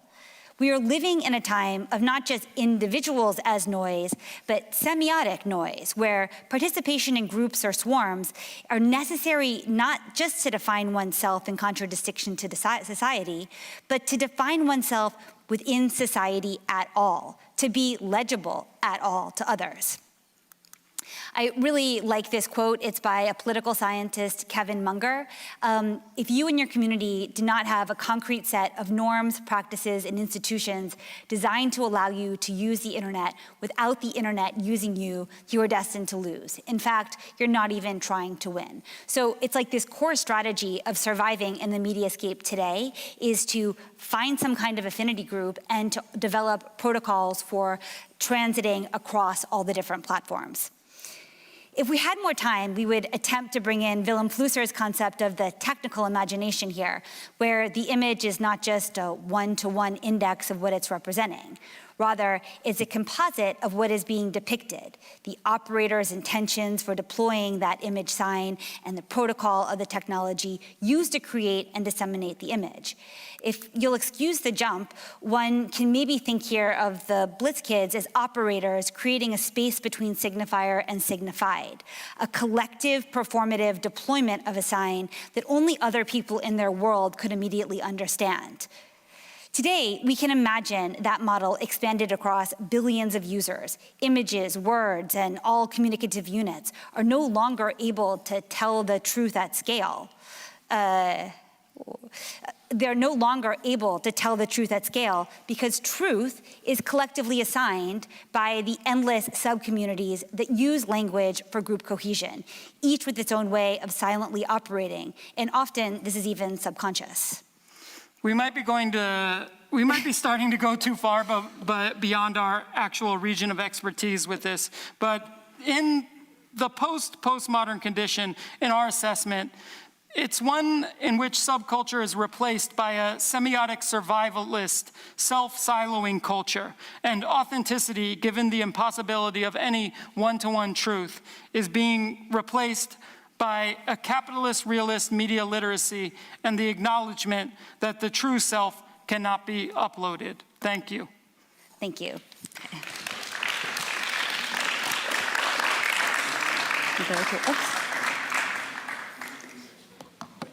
Okay, so Diedrich.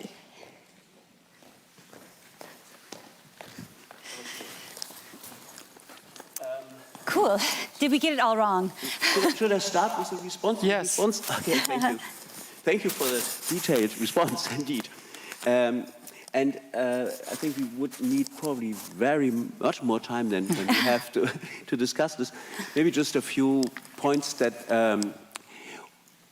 an anecdote about the unreliable signifier in a very early on, no, not so early on, but let's say in the I think late 80s, I went to Tower Records in Tokyo, and that was nine stories, and each story was a style or a discipline or genre, and there was, I don't know, indie rock or hip hop, and they were all just exactly like they were in Berlin or Cologne, and then there was one that was like the secret floor, that was J-pop, which probably had the mystery attraction that today has K-pop. And the J-pop collection had lots of great-looking album covers, and they were all kind of modeled after album covers that I already knew. Like there was one, there were Beach Boys, there was certain heavy metal records, and they were always like just a small detail different, or they were even in the same style of an existing Western record, but nicer, better done. So I bought a few of them, and the signifier of these album covers had nothing at all to do with the music. It was the heavy metal records had girls singing about school, and it was just like no connection. And so that was like, I think already, I think that this goes to show that the alphabet of pop musical utterances has been outside of a one-to-one expressive logic a long time ago. I mean, Little Richard never was in that logic in 1958 or 7. But on the other hand, what the side of this kind of practices and is not identical with the semantics of larger social orders in the background. So what I was talking about, the collective, the notion of the collective as opposed to the petit bourgeois fashion choices in the era between 1955 and 1975 is not that there was not really a collective production.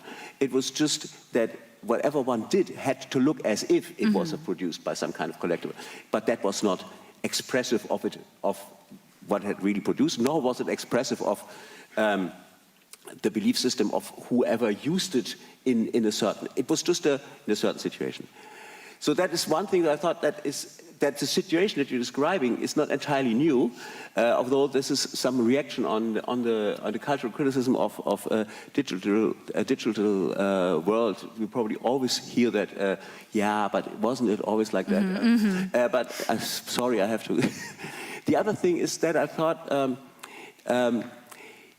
that the role of this kind of semantic background is also important in the analysis of the contemporary situation, where like platforms are neutral, or platforms are not on one side or the other. No, they are not, but they're not indifferent to semantics. So what's it called? The attention economy is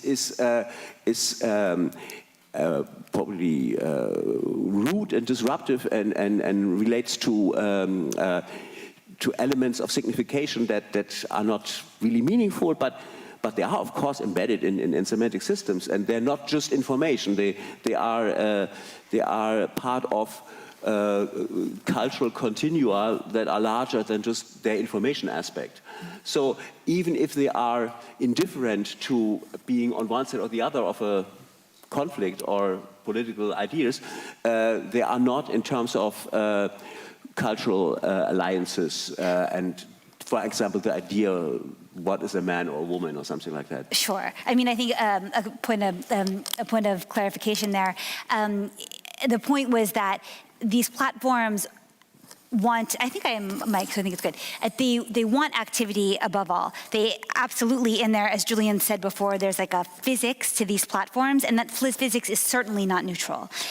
There's something that's encoded in the protocol of each platform, which does make them partial. It does direct attention in particular ways, and as we see with, say, Elon Musk's changes to X versus the way that Adam Mosseri is organizing Instagram, they absolutely have a politics. But there's this pretense that the code is in the protocol of the platforms themselves, that if there's some kind of remove, there's the ability to have a bit of distance.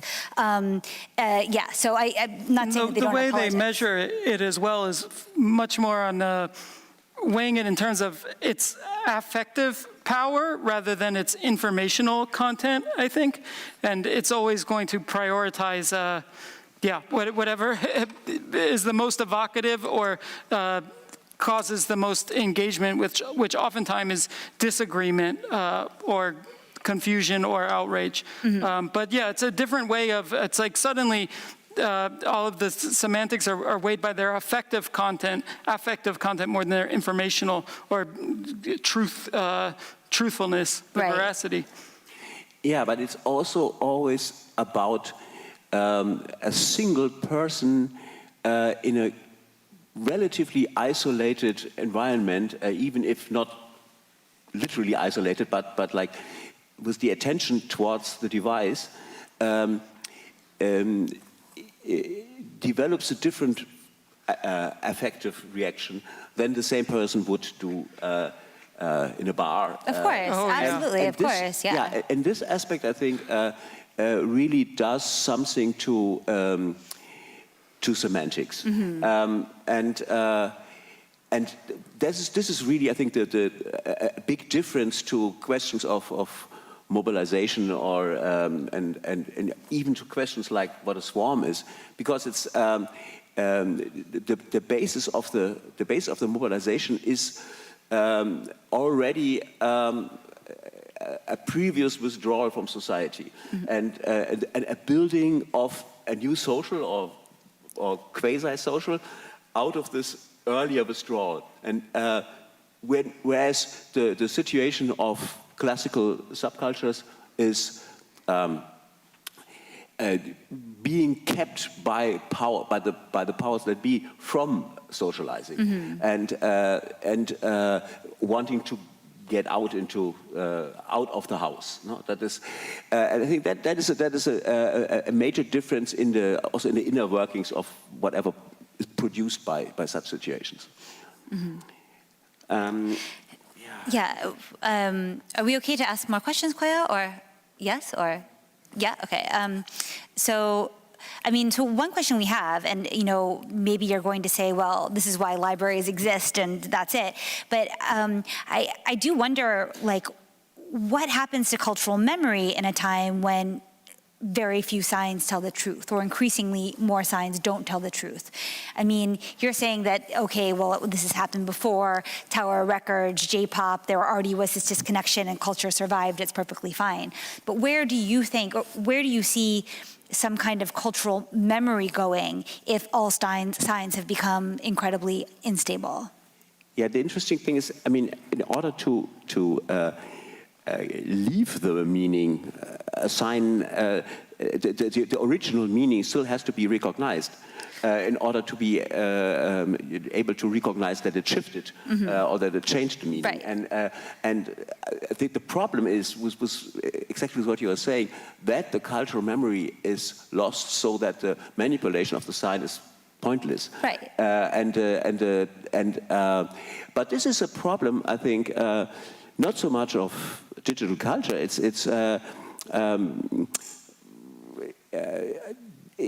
that that history writing for events, since there are recordings of since there is a reproduction of technical images and so on, has not found a way to deal with it. There is this phenomenon that's often been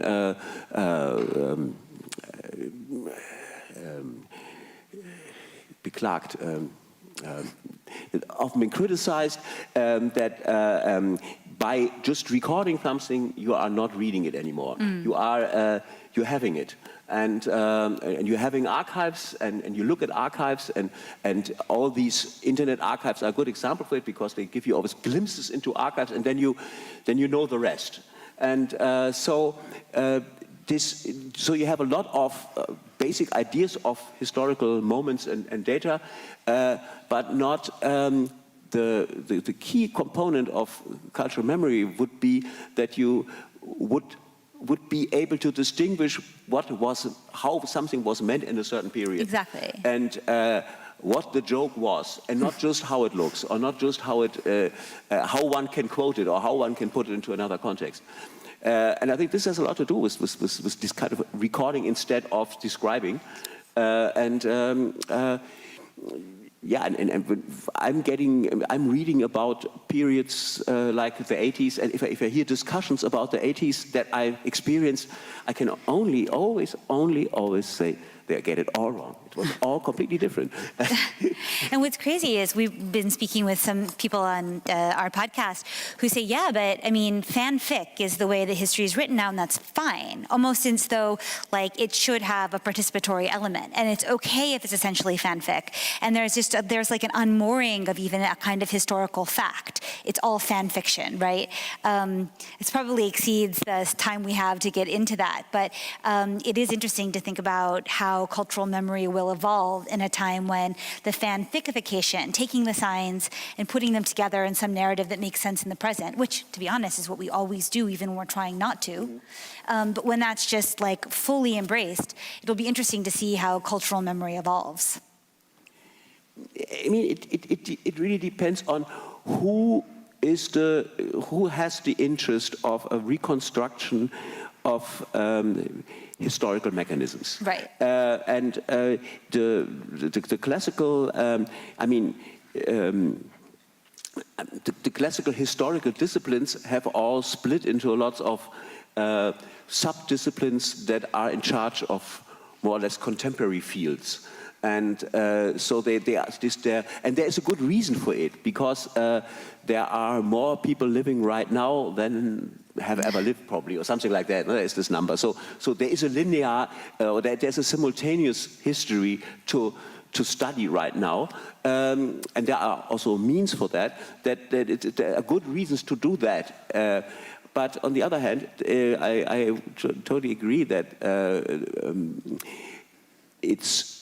it's on a structural level. It's the making of things falls apart. It's like you have the you can see this perfectly in if you spend an evening with YouTube, following your interest.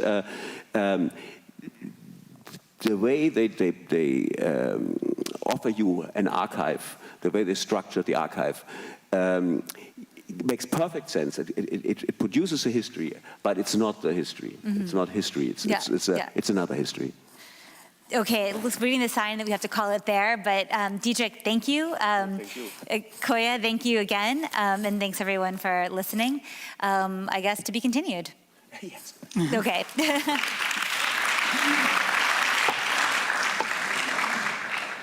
Thank you so much, Julian and Diedrich. And as we have already heard references about the 80s and theory about what happened in the 80s with style, we are now going into the 80s. Are we actually streaming? Good. I'd like to welcome on stage 4 pioneers of nightlife, but also of architecture, art, writing, filmmaking, photography, 4 time witnesses who actually were in the Blitz Club between 1979 and 1981. The Blitz Nights changed locations in Chelsea, I think. I will be corrected. Blitz Club was where everybody dressed up differently every Tuesday night without having anything. Secondhand clothes, makeup, be it women or men. You never used the same costume. If you were Mick Jagger, you were shown the door because you were not dressed up. If you were David Bowie, you could enter because you were David Bowie. Blitz Club is legend. Blitz Club is the origin of the New Romantics movement. Blitz Club shaped the 80s culture in UK and beyond. And it offers an example of when you have style, you have culture, or to be more precise, subculture, you can get anywhere. Let's see how the lives of Sophie Parkin, Nigel Coates, John Maybury, and Derek Richards evolved since. Please. The vast majority.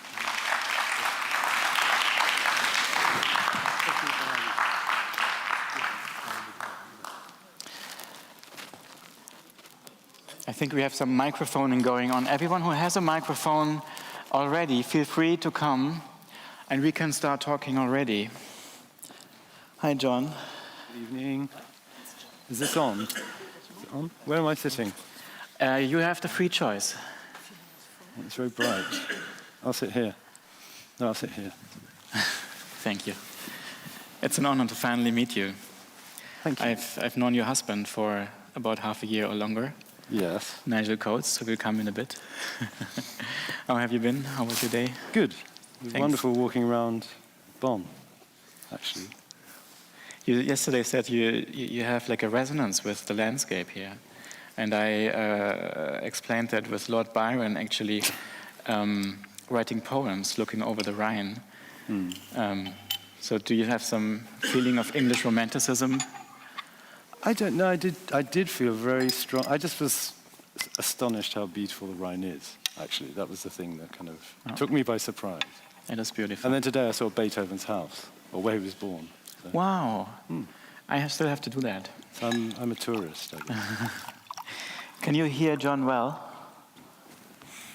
John is not hearable. Can you hear me? I think it's about the position of your microphone. So I will talk to Derek. It is. Talk to Derek. Hi. How have you been doing? I'm supposed to be number 3. Are you number 4? I'm number 4. Yeah. That's why I'm here, I think. Okay. Behind us you see, Sophie is coming. Hi. And Nigel. Free choice of seats tonight. We're not sitting where we were told we were going to be sitting. No, but anyway, I didn't want you. It's a big honor. Is that better? That you came to Bonn? No. John is still not hearable. Can you say something? Can you hear me? I can hear you, but I think you can't hear. John. It's going to be fixed in a bit, I hope. I trust. I had the idea that I shouldn't be here because I'm way too young. I was born in 1982. Blitz Club was already gone by then. But still, I will try to get the conversation going. Some of you haven't seen each other in a long time. Some of you have just briefly met. I had the idea of everybody introducing everybody else. So I will start with Derek, if I may.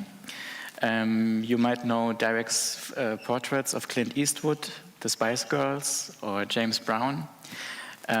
Derek is a photographer. Among his books are When We Were Young, which features a lot of portraits of the new romantic scene, which evolved from Blitz Club. And Derek also generously allowed us to show the photos that are running behind us in the exhibition on a wall dedicated to Blitz Club. Anything to add? No, that's just about right, I'd say. Thank you. Would you be ready to introduce John? Yeah, sure. Do you want me to do that now? This is John Maybury, filmmaker and video director. We never actually met at the time, but John very kindly wrote the foreword to one of my books, 7887. And before you told me that you didn't ask him to, is that correct?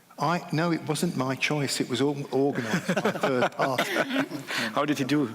It was very good, actually. Yeah, he contextualised everything perfectly. Yeah. You know, in some respects, in a way I hadn't properly understood myself at the time, because you know, when I was doing these photographs, I was just basically an amateur snapper.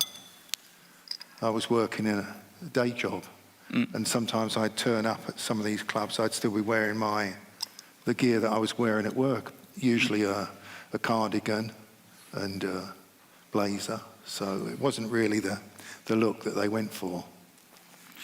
Can I just add, among the hundreds probably of music videos that John directed and we have all seen, is Pet Shop Boys West? No. It's not? No, Derek Jarman directed that. I helped him, actually, but I didn't do it. I'm sorry. I did Sinead O'Connor, most of her videos. I'm sorry. I did. We should correct Wikipedia. I don't touch Wikipedia, but okay. Yeah, I guess I should. We get someone to correct that. But I worked with Nena Cherry and Everything But the Girl. And Sinead O'Connor. Yeah, lots for Sinead O'Connor. You did the video for Nothing Compares to You. I did indeed. Yeah. And I will ask you how you did that later. But would you be so generous to introduce Nigel? Nigel Coates is an architect and designer, and my partner. He's a very talented man. Very what? Talented man. Very talented man. It's quite hard to hear you. Neville told me that there was a problem with the sound earlier. Have we resolved it? I can hear you in my head. You can. Good. Anyway. I can hear Nigel very well. Yeah. I have problems Maybe hearing I'm John. mumbling, or is it my microphone? Anyway, yes, he's an architect, a designer, it's mumbling plus microphone plus monitor. Okay. And also the dimension of the space, which makes it hard to balance between monitor and... Anyway, we'll talk more about sound. Nigel also is the co-founder of the collective Narrative Architecture. Today, NATO. You published DIY Style, we would say today, magazines from the late 70s. Nigel got legend with commissions in Tokyo in the 80s, like Café Bongo, which is also featured in the exhibition, and Nigel also designed the exhibition. So we have a very lively and vibrant collaboration behind us.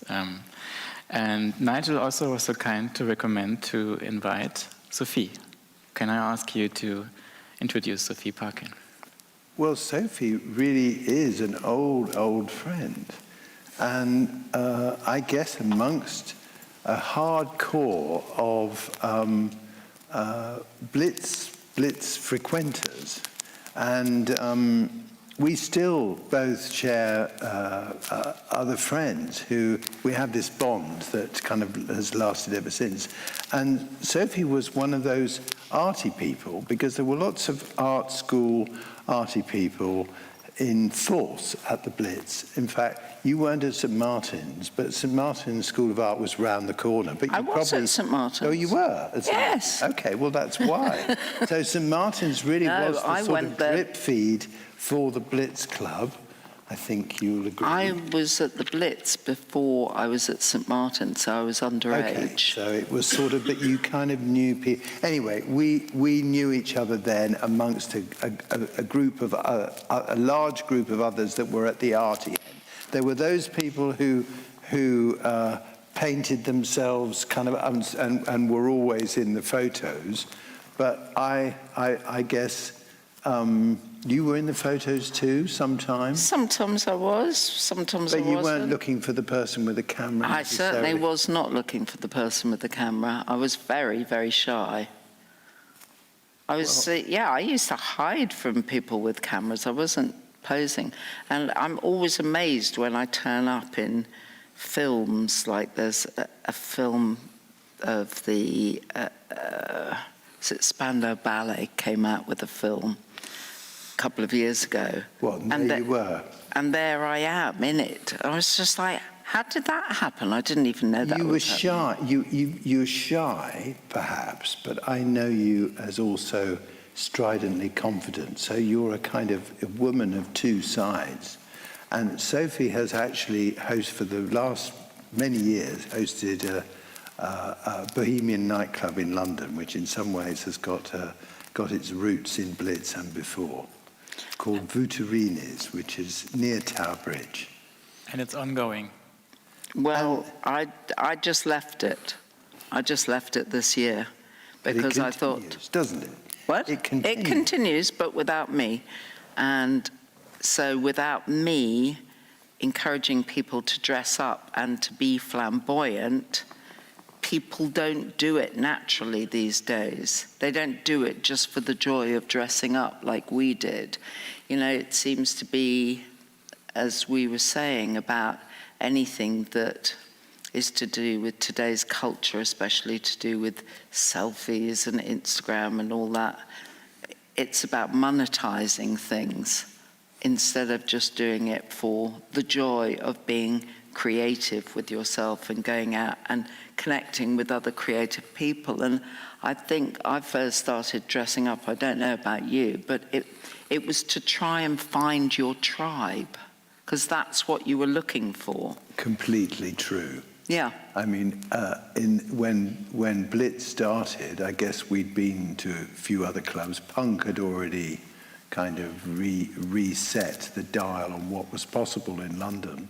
I have to say that London was filthy dirty at the time. The walls were black. Covent Garden was full of rotting cabbages. You could drive out. I could go out in my little Morris Minor convertible at midnight, and I'd be the only car on Piccadilly, and you could park anywhere you liked. It was a different place. People didn't go out on Sundays. No shops were open. Most people didn't have cars still in the 70s, did they? I always had a car. Well, I'm surprised. You were like just out of architecture school, I guess, no? No, it wasn't quite like I was out of architecture school, but I was a young tutor. So I suppose I was a Blitz prof rather than a Blitz kid. Did you have to hide that you had like an academic position at the Architectural Association? I was a unit master. Okay. It was very prestigious at my age. Because all your friends were squatters and art students without any. Well, I had a boyfriend who was at St Martin's. That's how I got connected to Blitz. So, you know, if it hadn't been for St Martin's, I don't think it would have happened. It was a much more egalitarian situation than, it wasn't that prescriptive about who was what and who did what. Mm-hmm.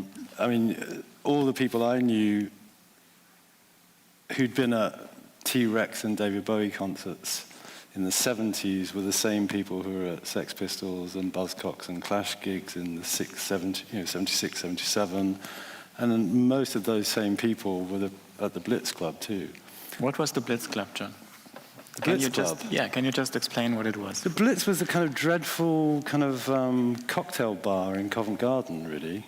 But it was a place that Steve Strange and Rusty Egan, these two kids, they'd already done a Bowie night at a club called Billy's. And then to monetize the success of that, they moved to this new location on Great Queen Street called the Blitz. And that was the name of the cocktail bar. And it was themed in a very sort of mid-70s way on the Blitz, the Second World War. And sort of 1940s, the kind of fashion. It's part of the retro fashion that had kind of come out of Bieber, which was a big department store that was also about retro. So it was feeding into all that stuff like, I don't know, Rocky Horror Show and the movie Cabaret and The Damned. You know, there was that mood going on. And then punk kind of blew that nostalgia out of the water. And then when punk sort of became too sort of monetized by success, by the chart, you know, people being in the charts and stuff, a lot of those same kids just, and also there was a lot of violence suddenly connected when punk became a mass thing by the late 70s. The kind of punks and teddy boys started having big fights, and then the National Front got involved through skinhead imagery and music. So a lot of us just moved into a different way of looking, and that's really what the Blitz was about. It was still with a punk aesthetic and still very homemade, but it was just not as sort of, we were kind of over punk as a kind of style. Certainly not as a musical style, but over it as a style of looking. Derek, your work evolved out of the fascination for the punk scene. Pardon? Your work evolved from like photographing the punk scene, I think, and then Blitz came up. How did you? What's your first memory of Blitz Club? Well, it was just a very, very small sort of wine bar, really, as you said, John. And also the place really had nothing to do with the New Romantics. It was just where they settled there. We should mention that Boy George, Visage, Spandau Ballet, they all were regulars. Steve Strange, who later became Visage, it was his night. He fronted the club, as it were. He was the host. Boy George was the coat check girl, but you put your things in the coat check at your own risk, because he would steal anything you found in the pockets. Always. So that's true, it's not just a legend. Oh, no, he was a terrible, terrible absolutely thief. True. And he used to go into the ladies' loos, and he would just nick your makeup in front of you, like you'd put your lipstick in front of you, and he'd just like nick it, and you'd go, give me my lipstick back, and he'd go, make me. He was always trying to have a fight. So how did he survive? What? How did he survive? How did you let him? How did he survive? Why didn't you stop him? How did he get away with that? It was very, the thing that people don't really take into account is that this was a very small section of society in London that were dressing up and going out looking like that. The majority of people did not look like that, and they took exception to us dressing up because it mocked their way of life. And so to go out into the street, to go on public transport looking like this, would cause people to spit at you, to run after you, beat you up. I was always having to run into pubs and hiding in loos, you know, where you jump up onto the loo seat so people can't see that your feet are underneath, because you'd get beaten up all the time. It wasn't, you know, to do it was an act of bravery. And that is now how I see it. But often, as a woman, as a girl doing it, it was provocative to ordinary young men who would see it as a reason that they could call you a whore or a tart or whatever it was that they wanted to lambast you with. Or a faggot, or whatever. But if you were a girl, there was a kind of, you know, sexual aggression to it. You didn't know if you were going to be beaten up or raped. And that was, you know, that was a normal way. And you know, later on, after I was at St Martin's, so this was in 1980, I went to Leeds in Yorkshire, and the Yorkshire Ripper was going around, you know, actually killing women. And I was dressed in wedding dresses. And I knew that to be provocative like that would mean that I would not be caught by him. It was a kind of protection. It was definitely a protection because, you know, everybody knew who I was in Leeds city centre.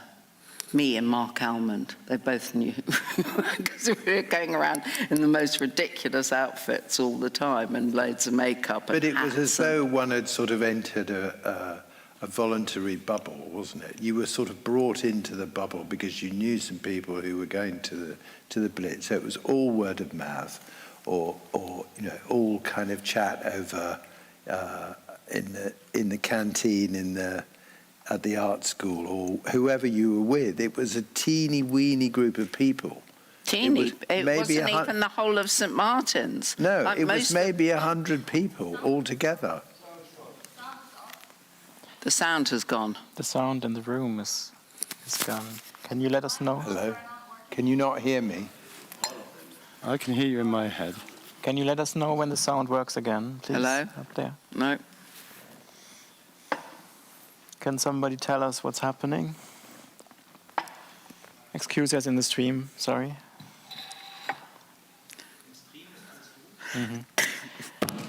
So hi in the stream. Sorry, we have a little bit of a problem with the audience in the space here not hearing us.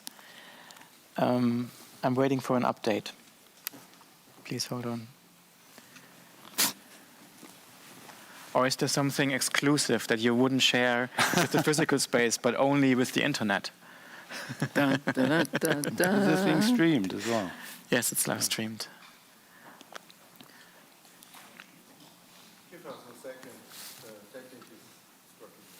It's working.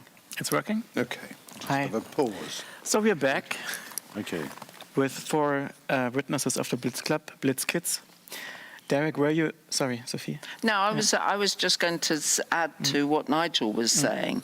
So when I first went to the Blitz, I'd come up from where I grew up in Cornwall to come. And I was a freak in Cornwall. I was just like, people just used to shout abuse at me in the streets. And, you know, I was like... But so therefore it was inevitable that somebody who knew about the Blitz would draw you into it. Yeah, it was Rebecca, our mutual friend, who took me along. And then we just suddenly went, at last, it's a place where you can actually breathe and relax and be yourself. And most people thought that because you were in a new romantics club like the Blitz, that they played new romantic music. They did not. I just want to point out they played Gary Glitter and Sweet Ballroom Blitz. So it was kitsch. That was the point. I thought they were playing Yellow Magic Orchestra and Kraftwerk They played and that too. Devo and Grace Jones, no? They played all of those. They played that but too. it was much more eclectic. There wasn't a regimen. You know, this idea that there was only one thing. It was sort of... But they also did play Dolly Parton. You know, it was... And wasn't it the collage of all of this that actually kicked off the new romantic style and the music of Visage and Spandau Ballet? Well, in a way, no, really, there. it started, like I say, it started with this particular kind of iteration started with Billy's, which was a Bowie night, but there were only so many David Bowie records you could play in a nightclub before people would get bored. So it was about mixing in other, you know, Kraftwerk were a very important band at that time. But, you know, like it was also about just, it was scattergun. It was a whole raft of different things coming together. So, yeah, T-Rex, Gary Glitter, David Bowie. T-Rex, yeah. Yellow Magic Orchestra. And then also lots more electronic records came along. You know, obviously you got the Human League and now the sound. Okay, thanks. Hey! It's like you didn't miss anything of any interest. And then there would be sometimes, you know, Marlene Dietrich. Yeah. You know, high camp all the time. But mostly it was about having fun, so it wasn't... Also, there's one very important element that hasn't really... And it's in your exhibition, this subject or this element, and it's a crucial element of this period, and it's drugs. You know, drugs were central to it, as well as alcohol. Alcohol, and at the time it was kind of pills, which was a hangover. So ecstasy was already around? No, this was speed, cheap speed, which there'd been a lot of during punk too. And then, of course, the demise of this scene came when suddenly cheap heroin came onto the scene in London, and it really did for Steve Strange and Marilyn, and eventually for George too. Yeah. But drink and drugs were sort of this fantastic fusion that fed into the sort of Dionysian revelry that was going on. You know, all these people with their beautiful makeup and their hair and their outfits would be in shreds and dripping on the floor by the end of the evening. And then you'd all get onto night buses or onto the tube looking like a kind of dissolved dish rag. Thank you. Now we're really in it. Nigel, what is your first memory of Blitz Club? Take us in.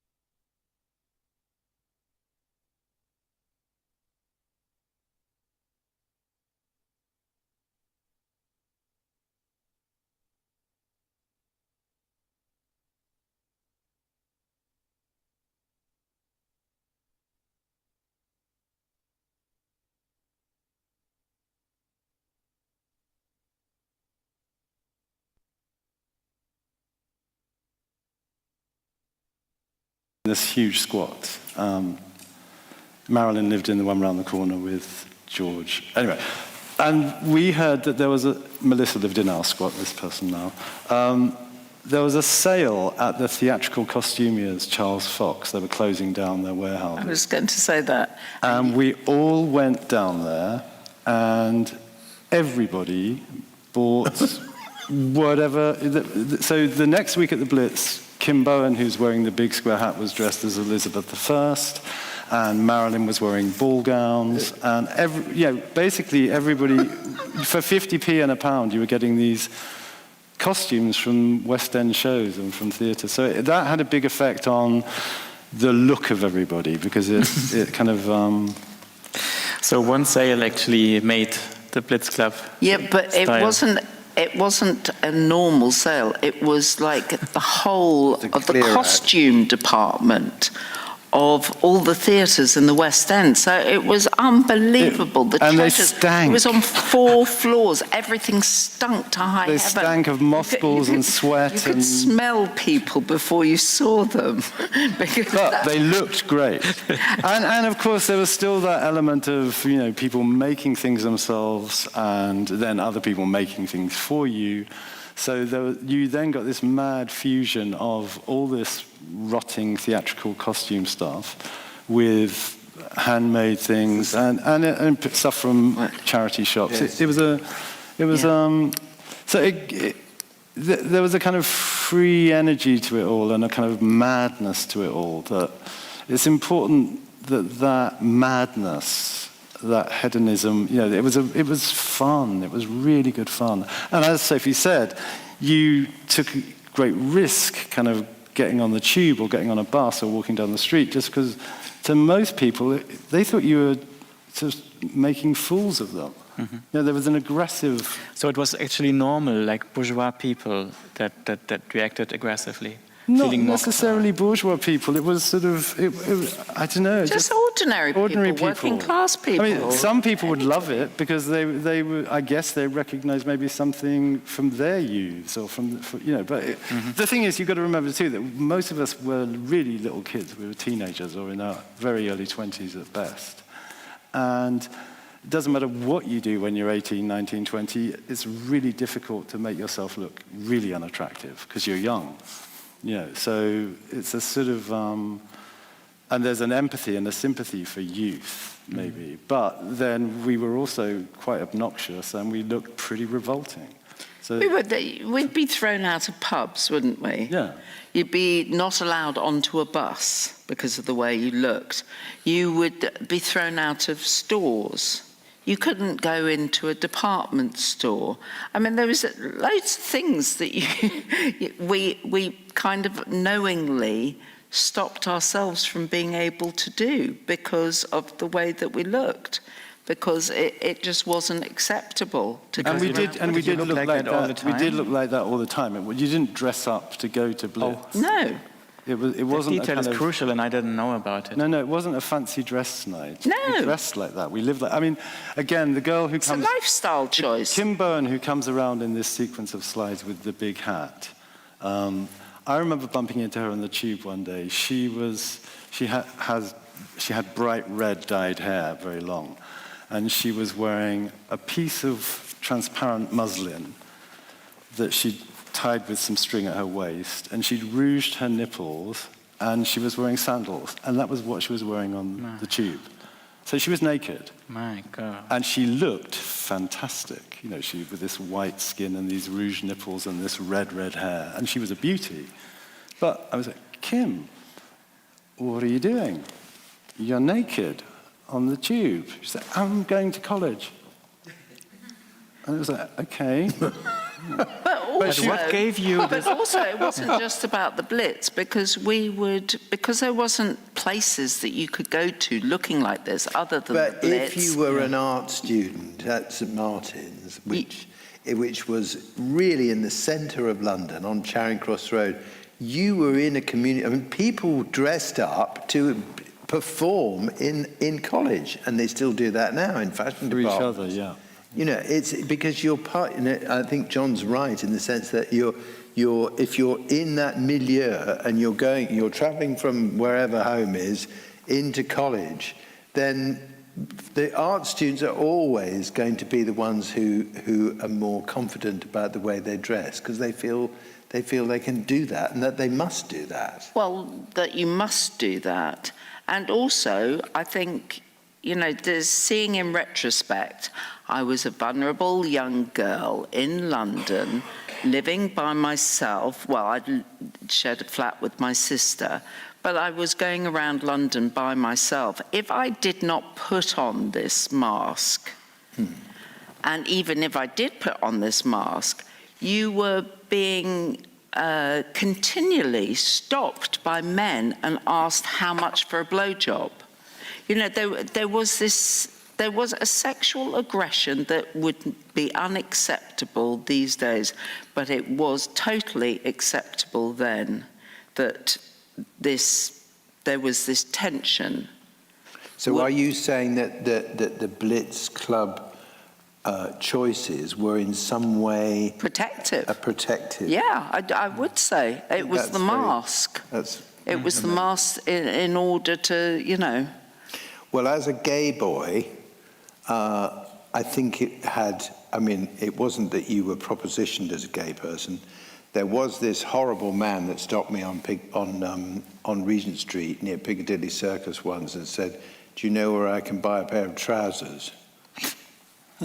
And I said, "Oh, you can go to the Moss Bros, it's over the road." But of course, it only occurred to me afterwards what he wanted, because that's where the Dilly Boys would hang out. Yes, of course. So, so maybe, of course, sex was everywhere and freely available in certain quarters. But I think that there was a measure that occurred to me about dressing down, because I was at an architecture school and I was a tutor, and I couldn't go there with sort of punk hair or whatever. You know, I kind of found a measure in between, and I do recall that I would wear oversized jackets and a half done up, loosely tied, badly tied. In other words, there was a style thing, and I knew people who went to the Blitz, but I didn't have to go completely over the top. So the balance in my case was I was a responsible young person who wanted to push the boat out within my institution, but my institution wasn't St. Martin's. It was architecture world was much more straight-laced. There were no gay people at the AA. There were in the architecture world, people wore the most awful clothes imaginable, hush puppies and corduroy trousers and ghastly. But I really wanted to be an architect, but not any old architect. I wanted to be a special architect. And in the end, all the consequence of all of that was that I started to know people in fashion, Jasper Conran, Catherine Hamnett, and so on, and I got to work for them. I made shops for them. So there was a kind of slow drip of effect, even though perhaps I wasn't courageous enough to be like Boy George, but I wasn't rejected in the Blitz Club because I didn't dress like that. But you didn't need to be like Boy George. Boy George only had Boy George. I'm just saying that there was a spectrum. You had a proper job. Yeah. There was a spectrum of people, and it was more about if you fitted in with those people, and there were people like you. But it wasn't only about the coding of what you wore. It was about your head and who you wanted to hang out and who your friends were. And it was about being, witty and amusing, we thought. Derek, can I ask you, were you part of the scene, or did No, I wasn't yourself part as an observer of the scene? The scene at all. This is why I can't really join in and say I was a flamboyant dresser. I was the opposite, really. There is a couple of photographs of me at the Blitz, and I'm just wearing a cardigan. How were you? Jeans. So you were probably Levi's. You were the strange guy with a camera. He was the creepy guy, hidden. Creepy guy who takes the blood. Yeah, the first time I turned up at the Blitz, wanted to take photographs, Steve Strange stopped me at the door and he said, "Sorry, not tonight, mate. Private party." But I was very persistent. I don't think you get very far in life as a photographer if you take no for an answer at any time. And so I wore him down. I had to stand out on the pavement for about 25 minutes, and eventually, because he got fed up with having to talk to me, he let me in. And the next time I came, probably the next week, he kept me outside for 5 minutes, and then after that, he was fine with me. He just got used to me. I think it would be a mistake to think every single person in the Blitz Club was dressed up, because not everyone was. There were some ordinary people, or people that knew people, and he'd let them in. And it was also, again, it wasn't there was a kind of regimen to it. It was sort of, it's hard to explain, really. But it's, also what's interesting, again, when I was living in those squats that I talked about earlier, I'd come home from art school and there'd be photographers taking pictures of George and Marilyn or Jeremy Healy, who also lived there, or whoever. And they'd be like, oh, they're having the pictures taken, the photographer would go and I'd say, who's that? And, oh, that's someone from the Daily Mirror, or it's someone from the Sun. Mm-hmm. And it was perfectly normal to us that they were being photographed. And then the next day there'd be a spread in the Sun of them, these wacky kids who dressed like this. And so that was kind of a bit of currency, was coverage. And Derek's great skill was being invisible, but having a camera. And there was an element of people at all the different clubs, because Blitz wasn't the only club by any stretch of the imagination. There were some people who really wanted to be photographed, that was adding some currency to their image. So it's so interesting because we're now really talking about an economy of exposure, sharing, trust, yeah, but obviously coverage, this is which is complex and vulnerable, and I don't fully understand. It's pre-social media, but also don't forget, we'd all seen... But it is somehow social media in a way. Well, it's very social if you're on the front in the national newspaper. Yeah. That's extremely social. But we'd seen what happened with punk, don't forget, because punk had started in '76. Our friends were on the stage performing, and then when one band got signed, and they got on a TV show, we all watched the Sex Pistols on 6 o'clock on the Bill Grundy show, and they swore, and the next day they were on the front page of every newspaper in the country. This is so interesting. I think it's a condition that has not existed before in history, and I'm not sure if you had it after. Maybe around the beginning of YouTube, you suddenly had this term of the bedroom producer. So now suddenly everybody had the tools for production, but also the tools for spreading your work at hand, at home, right? And you had people just recording their albums from their bedroom. And that was a moment when there were all kinds of stories also about people who just made it, because now everybody could suddenly make it. And it seems to me around 1980 in London, there was a similar moment of like you can get anywhere from like one day to the other. Well, look, don't forget, like I say, there'd been this model, which was punk, where our contemporaries, many of our contemporaries, almost within the space of 6 months, went from being on tiny stages in tiny rooms to being on Top of the Pops. Whether it was the Pistols, the Buzzcocks, Susie and the Banshees, whoever it might be, they were all our friends and our contemporaries. So that was the sort of, okay, if you're in music, you can do that. At the Blitz, there were people it was all art students, or not all art students, but lots of art students. I wanted to be a filmmaker.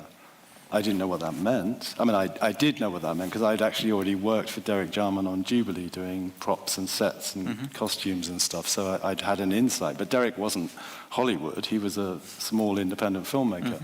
But there were other filmmakers, there were painters, there were people who wanted to be writers, people who wanted to be journalists, which was a mystery to me why anyone would want to be a journalist, but some people did.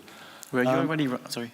No, and actually what happened was people just became that, almost by invoking the words, they did become that, because what happened was that suddenly there was ID magazine, first of all. I don't know if you did stuff for ID, did you? No, I didn't know.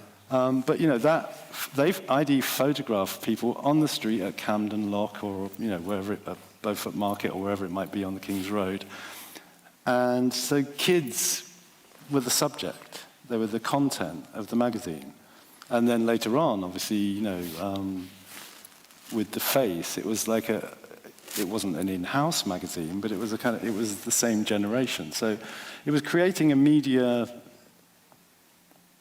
because the rest of the media wasn't interested. And in a weird way, the Face kind of invented the whole notion. But that wasn't the style. reason for it happening in the first place, was it? It was for what happening? For the people weren't kind of wanting to be the subject of media attention. No. But it was a byproduct. We just wanted to have a good time. No, but it was a byproduct, and there was an element. There were a group of people amongst us, who I was talking to Derek earlier, who were kind of camera whores. Yeah. Who couldn't not be in front of a camera. Well, Steve Strange, for instance, used to say to me, "Oh, everybody wants to photograph me. Everybody wants me in Germany. They want me in Switzerland. They want me in France. They want me. I can't do everything. I can't be everywhere. So sometimes I just send George instead. And it was absolutely true because he was his sidekick and George was so hungry for it.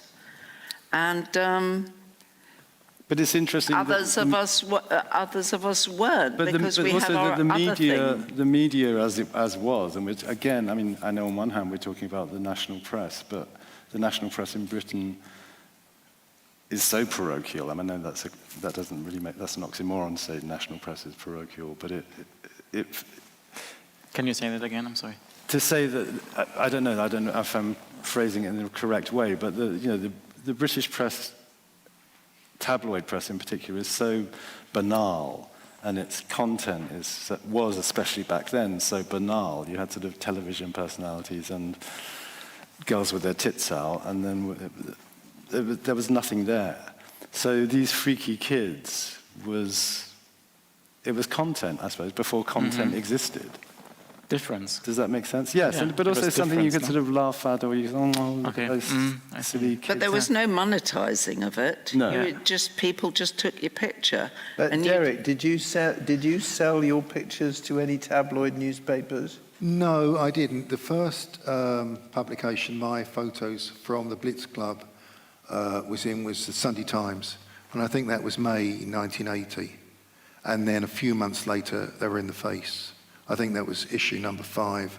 After that, I found that people opened the doors in the clubs for me a little bit more because they could see my photographs. But when you started, did you think that this was a phenomenon that was needed to be documented, or was it that you were fascinated by what was happening? What was it that led you to that particular source of subject? I suppose I was just drawn to people that wanted to be seen, really. I was just giving them a bit more added publicity, I suppose. I was still in the advertising business at the time.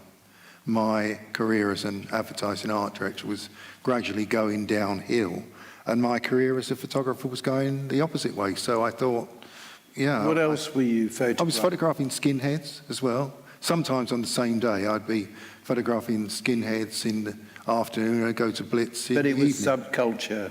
Yeah, subcultures, really. Because it was relatively easy to do it. I mean, it wasn't always easy to photograph skinheads because some of them were quite aggressive. But from a pictorial point of view, it's quite easy. Really, not many other people were doing it either. Whereas with the Blitz and later on the Camden Palace, there were often plenty of photographers there. So what I would do is I'd always be in the corridors or outside the toilets. That's why my photographs are normally just of one person. I'd stop them on the way. The toilets were your studio? Well, nearly. The outside the toilets. Okay. Yeah. I mean, some of these clubs were very dark, so you really couldn't see what was going on. But there's a tradition of this kind of club, isn't there? Of small clubs where people of like mind feel better together, and there were various clubs throughout 20th century in Berlin and in London, in Paris. There were famous clubs that had that sort of benefited from the fact that they were relatively kind of closed and perhaps quite underground. Well, and also it's another interesting thing actually that. Again, pre-social media, we were somehow, we got the ferry and went to Paris to go to La Palace, like a big gang of us. So we must have taken a tube and then a train and then got on the ferry and then got off the ferry onto another train into Paris, gone to a night at the Palace and then got back on the train, back on the ferry.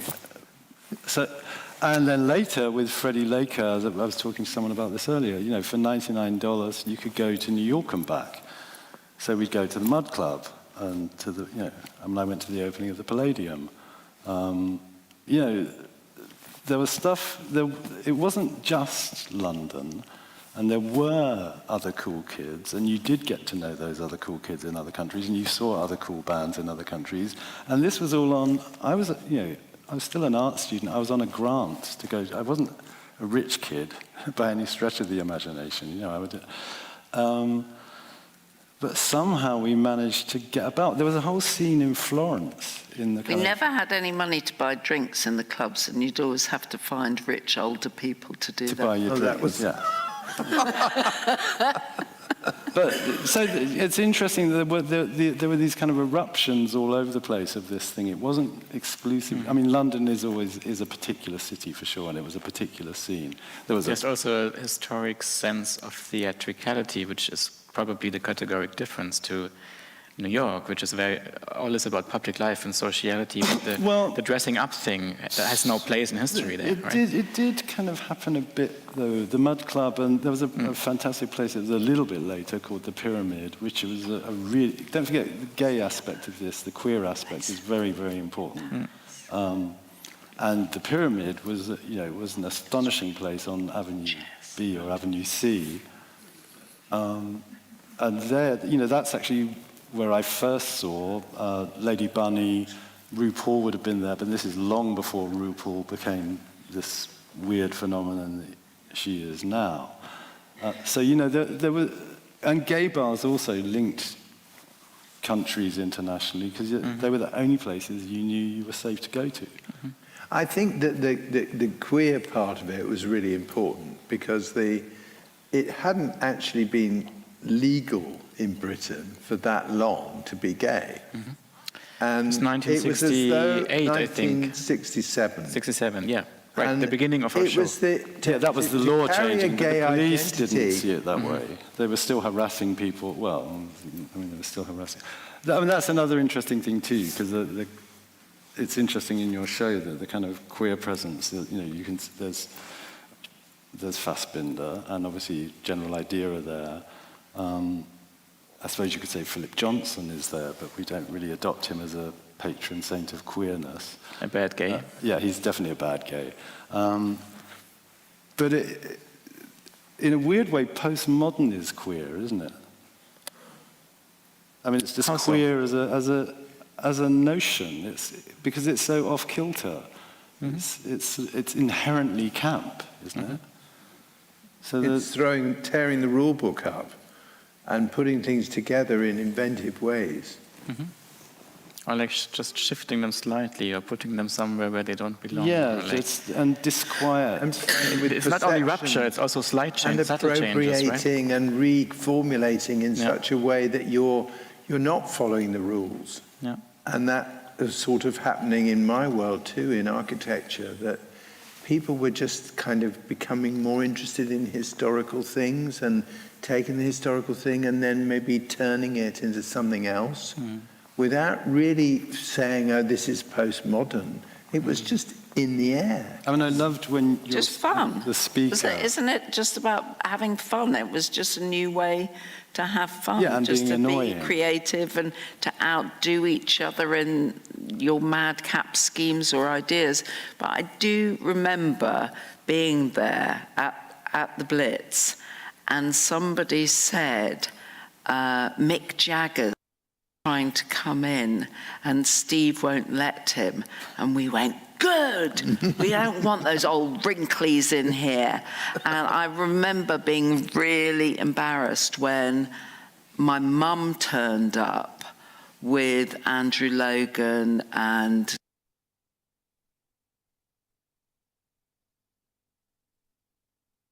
of London. And I thought they were too old to be in our space. Your mum came to Blitz? My mum. Wow. Yeah. That's not a thing mums should do. Sophie's mum was an extravagant bohemian icon in her own right, by the way. She was a major fashion editor in the 60s and early 70s, so she was quite a player. And she was on television all the time, and she wore extraordinary clothes, and she was drunk most of the time. I love what your speaker... She did. She got in, but Mick Jagger got turfed out, and David Bowie was allowed in. course. And I think... Because he's David Bowie. Yeah. Huh? Well, because Steve Strange had a crush on him. He was casting for a book. For Ashes to Ashes. Yeah.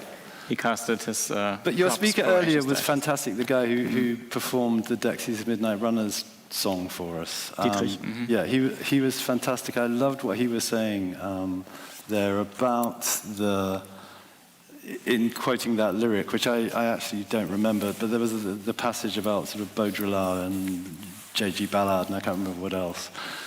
Because, a lot of us also, we did wear all these things as kind of badges on that, and sort of, there was one particularly stupid boy I knew who he was actually sitting in our squat one day reading, I think he was reading Nausea, maybe, but he was holding it upside down. He was like looking super cool, like James Dean reading Sartre upside down. And there was a kind of, that was so sexy to see someone being pretentious and getting it completely wrong. So there was sort of a homoeroticism involved in stuff like that. But that lyric was very telling. That thing of that list of boxes to tick, of references to make. I found it very moving. So I look forward to watching that again on social media. Him singing that song. Thank you. Closing question. Asking for very short answers. If Blitz Club wouldn't have happened, how would your life have been different, Nigel? What did it change in your life? It was the nighttime alternative university for all of us, and I was the only architect, I think. But there were lots of only in other disciplines, so London would have been different. And I think it was a very, very special place and a special moment. Thank you. And Sophie? it only lasted for such a short time. It was only like for a year. Yeah. It was nothing. But then every club was like for a year. And then you moved on to the next place. And with that, it wasn't always the same group of people, because then there'd be some added extras. But, in your photographs, Richard, it's Sam Moritz Club, it's Billy's, it's... what was the other one called? I don't know. The Beetroot. The Beetroot. And it was like at a certain point, there was a few of them. So you did a kind of dance through them. And when it suddenly got so big that it became the Palace, Camden Palace, it then... To fill that space, which was huge, wasn't it? Yeah. It had to have ordinary people come into it, at which point then you became the freaks that drew the ordinary people in. Going. And you stopped going because it wasn't interesting. But you kept on going to other people's houses for house parties. And that was, that was how it kind of continued after that, I think. I like the Camden Palace, actually, from a photographic point of view, because by that time, I think that had a capacity of about 3,000 people. And there were a lot of tourists that came from all over the world, and they would try to ape the Blitz kids and the New Romantics. Quite often, they get it wrong, but often it would be in a very photogenic way. So they'd do it wrong, but it would still be right, really. So I liked it there. Also, there's a lot more space. Then there was the Café de Paris afterwards, wasn't it? That's it.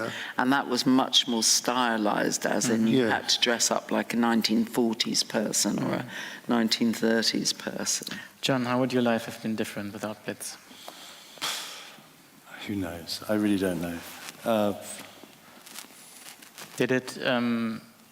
I met people to create a social network. Yeah, I already knew most of the people. I met people I loved, and I had fantastic sex with people and took fantastic drugs. So it enhanced my life enormously, but I don't know if it changed. And maybe I would have been a more serious artist if I hadn't gone there. And how did you make Senator O'Connor cry? How did I what? How did you make Senator O'Connor cry? In the video, Nothing Compares to You. I didn't make Sinead cry. I did 13 takes of that song, and she cried in 5 of them. Thank you. She's a great performer. Thank you so much. Thank you, Sophie. Thank you, Derek. Thank you, Nigel. Thank you, John. My pleasure. We see each other tomorrow at noon for Sylvia Lavin's lecture on helicopters.